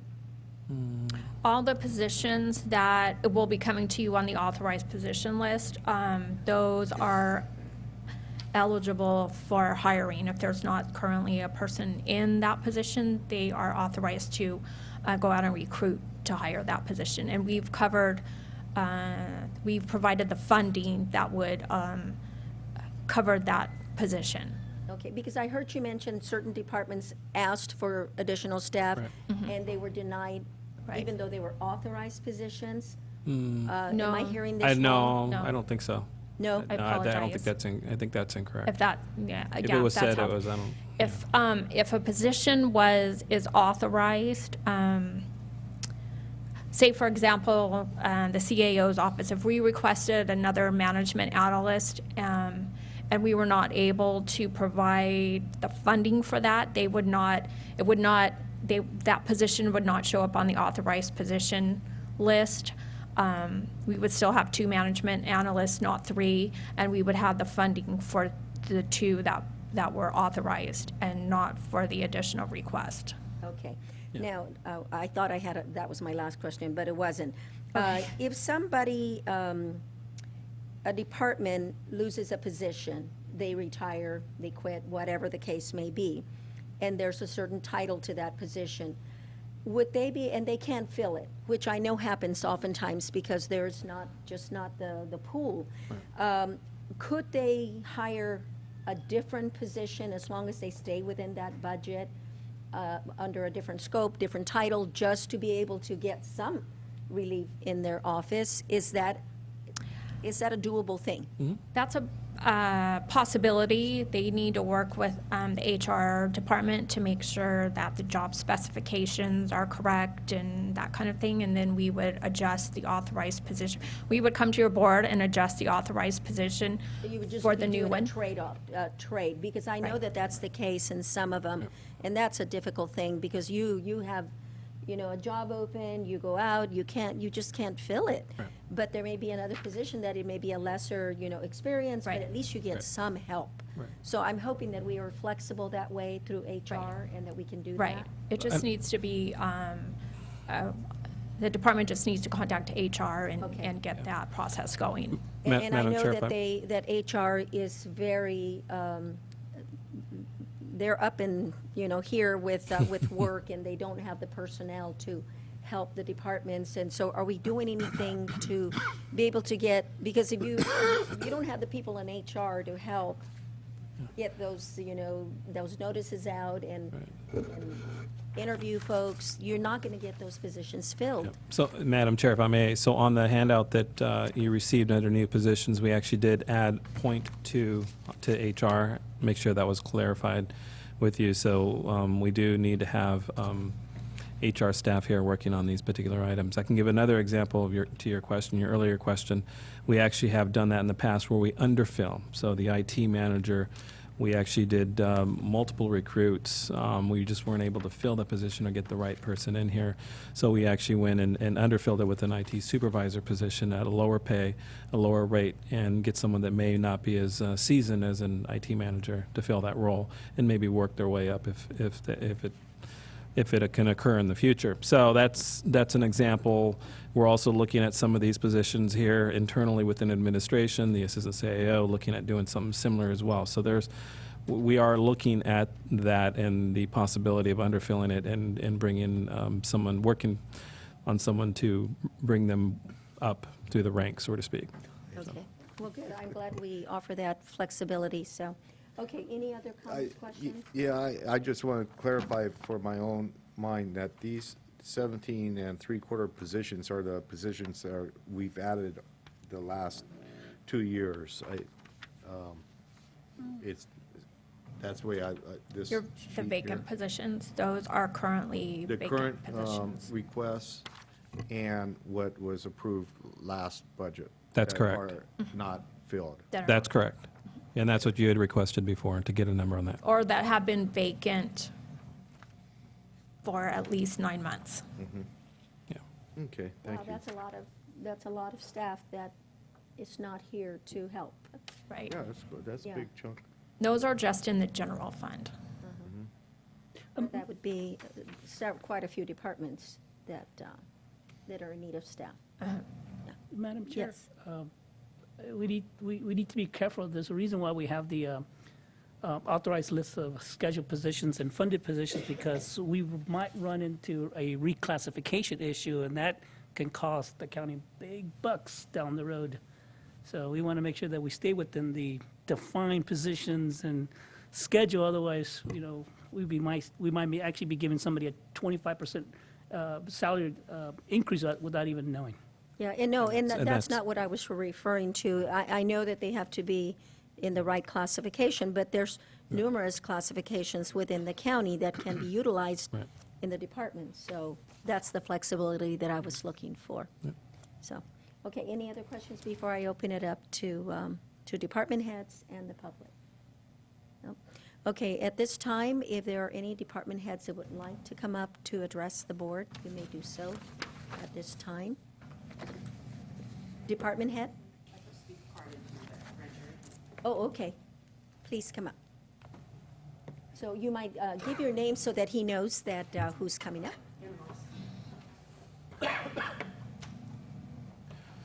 Hi, my name is Ann Ross. Thanks for giving me the time to speak with you. Good afternoon, board members. What? No, lights. Oh, it's okay. Lights, cameras, action. Start packing up and go. I appreciate the fact that this is the first year that the grand jury was recognized as an entity in the budget process. We did meet with Ray, and I'm here representing Bob Martin, and he asked me to come and speak for him. He wasn't able to come. And also, I'll more than likely be a member of the grand jury next year, which is appointed by the judge.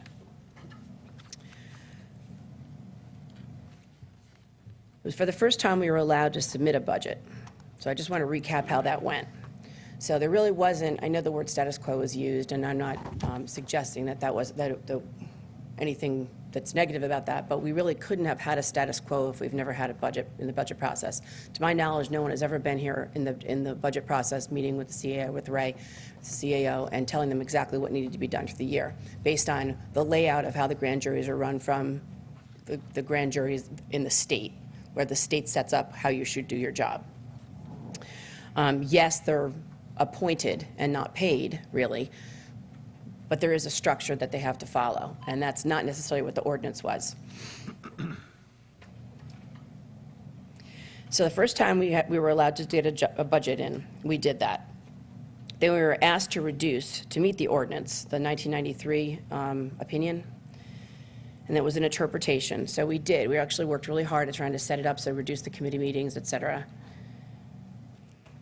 We submitted a budget that was 74% of the original budget.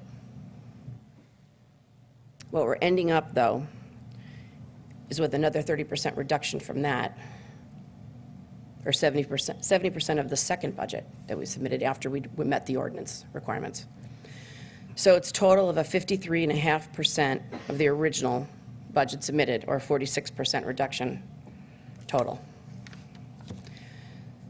So pointing out that I don't know that there's any other departments that have had that happen to them, I don't imagine. So in reality, I know we're just getting out of the gate with this and trying to be part of the county administration, and they're setting aside money.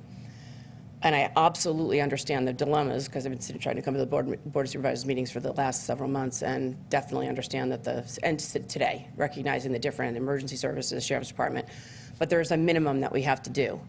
And I don't really know how we would be able to address the issues that have to come up without the minimum amount that we asked for. So I'm asking if there's any way we can have a couple $1,000. I know that sounds ridiculous, but after what I heard today, but from either the contingency money or the general fund or something, and consider it be like positions that are being hired, not necessarily where they're full-time, but we are actually staffing like an administrative job.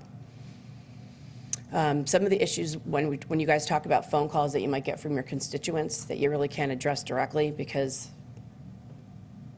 for whatever reasons, sometimes people call us from those same constituents, and we're able to do the job. Redirecting some of those phone calls to us could dig deeper into having a public discussion with the department head.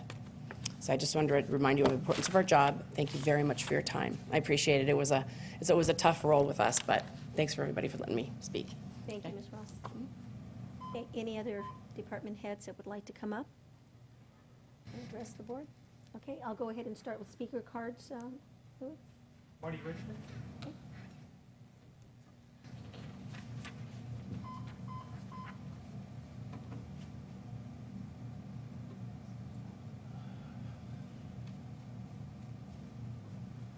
Good afternoon, Marty Richmond from Hollister. I was happy this morning to give you credit for getting the OPEB wrestled to the ground a little bit, maybe more than a little bit. And I want to give you credit because I think this way of handling the budget works a lot better than the big whiteboard with the red marks and then the second day everybody going, well, I'm not sure what we did yesterday. I remember that part. I love that part because we have no idea where it is. This seems a lot more organized. I'm glad to see the printouts out of the new ERP system, even though the new sick leave system, they sprung that on us after we got the ERP in. I'm glad to see all that, but I am concerned about some areas of the budget. I'd like to see us doing more for the public directly. The mandates all seem to go to the people with problems. So you got a mandate for the jail and you got a mandate for the juvenile hall, and mental health, certainly you got all the mandates they can possibly handle. HHS, Health and Human Services, is mandated with all those people over there, whatever. So I come to talk about the library. I don't, and I'm not going to ask you to change the budget this year for the library because I know once you get this far, if you poke the water balloon in one side, it has to pop out somewhere else because that's the way it is. But we've got to start thinking long range on some of these programs, and the library is certainly my pet peeve right now. We need 2 capital improvement projects for the library. One needs to be run within a year or 2, and the other one within 5 years. And the one for a year or 2 is to expand what we have, and the only way to do that is to find another home for the county education, because there's nowhere else to go. Okay. It's that simple. And you've all seen the emails I write to you numerously, and fill your boxes that we've got the smallest amount of space per capita of any of the 96 libraries that serve between 10,000 and 100,000 people. I don't like being at the bottom of the list, okay? Don't need to be at the top. I don't like to be, people say you're the worst. Our budget for local, by the way, if you I will be writing you more of this analysis. Our library has actually done a good job of bringing in state and federal money. I don't know if you know that or not. The percentage of our library that's paid out of local, no matter what, the percentage is one of the lowest ones. Okay, only 83% is paid by local government, and that's one of the lowest ones. I think the average is over 90. So we've brought in money from the feds and the state government, but the dollar amount is pitiful. We're also near the bottom, $12. So I will wrap up by saying we need to plan on that, and in 5 years they're going to be here with a library bond, and we're going to say once again, we're not ready. We didn't do any planning. We didn't spend any money for planning, And we're not ready, so come back and see us in another 15 years. It's been 15 years since the last one. It's not fair to the 3,000 or 4,000 children who go to school here within walking distance of that library, the vast majority of which are socially and economically disadvantaged and English learners. Thank you for your time. Thank you, Marty. More speaker cards? Okay. Anybody else from the public that would like to address the board on the budget? Okay, I'll bring it back to the board for any further discussion. Any questions, Supervisor Botello? Yeah, I think, I'm sure we'll see Marty at the meeting tomorrow evening when we're talk about the sales tax with the city and what we're all, we probably have 15 different opinions as far as what's needed, and that's probably part of the discussion. What we would use the extra money on is such as the library and the parks, and we would like to have more monies available to us. What we have in our budget is just a bare necessity to bring all the departments at the, the lowest minimum personnel staffing that we have, and we still have it today, and, we're trying to go in the other direction. And it's just takes some time, and I'm optimistic for the future, but there's still some pain that we're going to have for the short term. I think we also need to finish our capital, our impact fee study, that would address, whether it's public safety, facilities and capital needs. We got to get that study done, and I don't know how the department heads that are able to crack the whip on consultants, but that has to be a high priority for us to move forward. Then you could look for ways to expand facilities like the library and so forth. One of the things that I'm maybe ask about is, out at Public Works, I know, Joe, you've done a great job since you've been there, and you're wearing a lot of hats, maybe more hats than you probably thought you had come here to do. But, some sort of project manager needs to, that when we lost the previous person, Adam, that was a big loss to do some of that work. That probably shouldn't be with the director.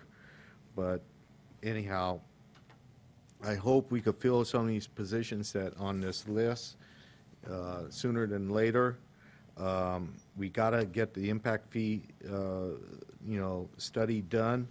We got to decide, tomorrow how we're going to move forward with the sales tax and come to an agreement and, continue to make progress. And I want to thank all of the department heads for their understanding. It's still not a rosy picture, but, their work is appreciated by us, and we know that it's hard, and you've done a great job. Thank you. Thank you. Supervisor Menzer? No. Supervisor De La Cruz? I'll wait to the June 16th meeting, Madam Chair. Okay. Ray, at the legislative conference, there was, of course, there's talk about reimbursing the counties. Have you gotten any idea that the date that they mentioned was June the 30th? And I don't think they mean this June the 30th. They must mean June 30th of next year. I may have missed something, but do you have any idea when we might be seeing some of that money? Because certainly we can't plan on it since we don't have it. So within the there are some funds that we actually put into the budget. So the SB 90, we've actually allocated those funds into this budget. There are potential ERAFT funds that's on, as well as in the May trailer bill, the May revise from the governor, and we have not guaranteed those monies. We've kind of left those aside because there is no guarantee on that. So I guess hopefully that answers your question. So yes and no with some of these items. There are other things that the state is looking at, possibly helping fund some road and some other things, our water, our storage systems, our waterways, potentially addressing our San Justo Reservoir with that. So there are some things on the horizon that the state is looking at and that we may be in line for. And we've actually been in close communication with Senator Canella's office as well as Assemblyman Alejo with putting our names on that list to get some of these things addressed. So I've asked Public Works to give me a rundown of what the dollars are to fix our roads, our county roads. So we've submitted that to those entities, and hopefully, if there's any infusion of money coming from the state for that, we'll be in line for that. Again, there's no guarantee with that, but at least we put our names in the hat. Yeah, because it is, they're all one-time money. Yeah. And so, once you get them, that's it. But, the roads could certainly use some funding, so. Okay, are we good? Actually, Madam Chair? Yes. Ray, the budget that's presented today, the revenue side, that's all, there's no such thing as a sure thing in life except two things, taxes and death. But those are monies that we're going to get available for the 15-16 budget year, right? Yeah, that's correct. That's correct. And so there's no way that some money might not come in. That's not a... Well, again, the budget is a best-case scenario of our spending plan for the year. It can change. There's always that possibility of change. We've been monitoring that. One of the reasons why this budget is more conservative than what we were hoping was because our revenues are not at what we expected them to be this year. So we do not want to put ourselves in a hole, long-term debt, hiring employees, which we may have to lay off in the future. We do not want to do that. So that's just our concern, and one of the reasons why Melinda in our opening comments was this was a hard budget because the revenues aren't what we thought. So one of the things is that we're going to be scrutinizing them very closely. There's some caveats with that. We have a new system in place. There's quite a few things, posting and making sure the information's in the system. There have been some learning issues with the new system, so we have to be very cautious with that. If there is a change, we would come back to you mid-year and do an augmentation to the budget. And if we need to add, if we have enough funds, we will make those changes and recommend them to your board.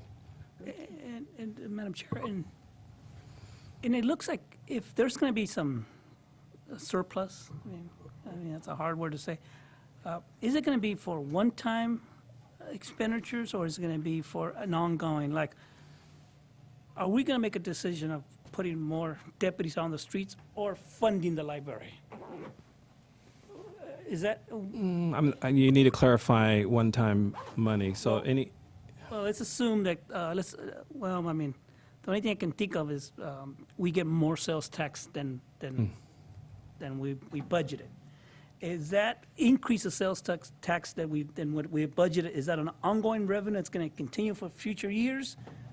And if it's so, are we going to fund ongoing expenditures, or are we going to be more conservative than we are right now and say, we don't know what's going to bring next year, therefore, you, the board, should consider doing a one-time allocation? And that's a good question. And one of the things that we brought to your board last week was May 26th, was a 5-year spending plan, a 5-year plan. And that really is where that comes to life. Where are we going to be at this year, next year, the year after, and even the year after that with salaries? So we hire somebody today, what is that cost going to be 3 or 4 years down the road? Are the revenues going to match? And that's one of the things that we explained to the board, is that unfortunately, those lines weren't closing the gap. We need to make some more progress with that. Hopefully that they'll switch and we'll have more revenues than expenditures in the near future. But again, that's what staff needs to work on. Impact fees, fiscal neutrality, the growth within our county, growing within the sphere. There's a lot of factors that we need to work on this next year. There's a lot of work ahead of us in the next year or two to address that. So anything that's one time, we're really trying to look at that money as one-time money, and it's going to be for one-time spending. So I guess, Madam Chair, my next comment is, I guess, is more for us, the Board of Supervisors, and I've gotten Marty's emails, and I visited the county library, and yes, I'm talking about the county library right now, and I guess if we don't invest $1 today, there's very little hope that in the future, the public's willing to support us to build a better library, a bigger library, and provide more services to the members of our community. So that's more of a comment, Yeah. to us, the Board of Supervisors. Yeah. CAO? Madam Chair, if I may, one thing too, staff has been working with our Public Works Office, council, as well as our auditor, is with new development. We've been really looking at that. And it is one time on the development agreements. We've been looking at that and trying to address some of those needs for the library and for some of these offices and the roads. So those are the things that we are looking at during that, when we're at the table and when we're working on those development agreements. Again, there's no guarantee on some of those right now, but they could possibly come to fruition in the next year or two. So.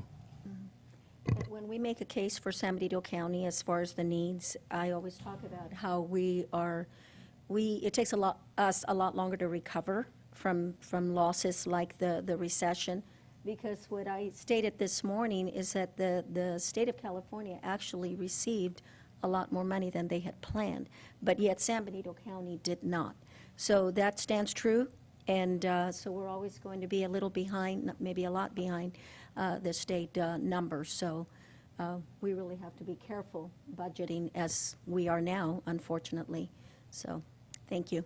One more last comment I'd like to make. While I was in Sacramento last week, I was actually working with CSAC and discussing this with their legislative analyst.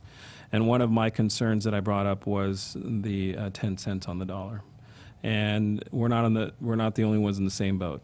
We have Orange County, there's Yolo County, and quite a few other counties that are interested in addressing that. How we get there, or what needs to be done to address that, obviously there's a lot of work there ahead of us. But CSAC is willing to look at that and help address some of those needs, especially for the Orange County. And again, there's no guarantee at all with that, but at least we can take a stab at it. There was no guarantee with ERAFT, and I think we've gotten pretty far with that. So, Okay. All right. So then I will entertain a motion to adjourn. So moved, Madam Chair. Is there a second? Okay. Our meeting is adjourned. Thank you so much for joining us today.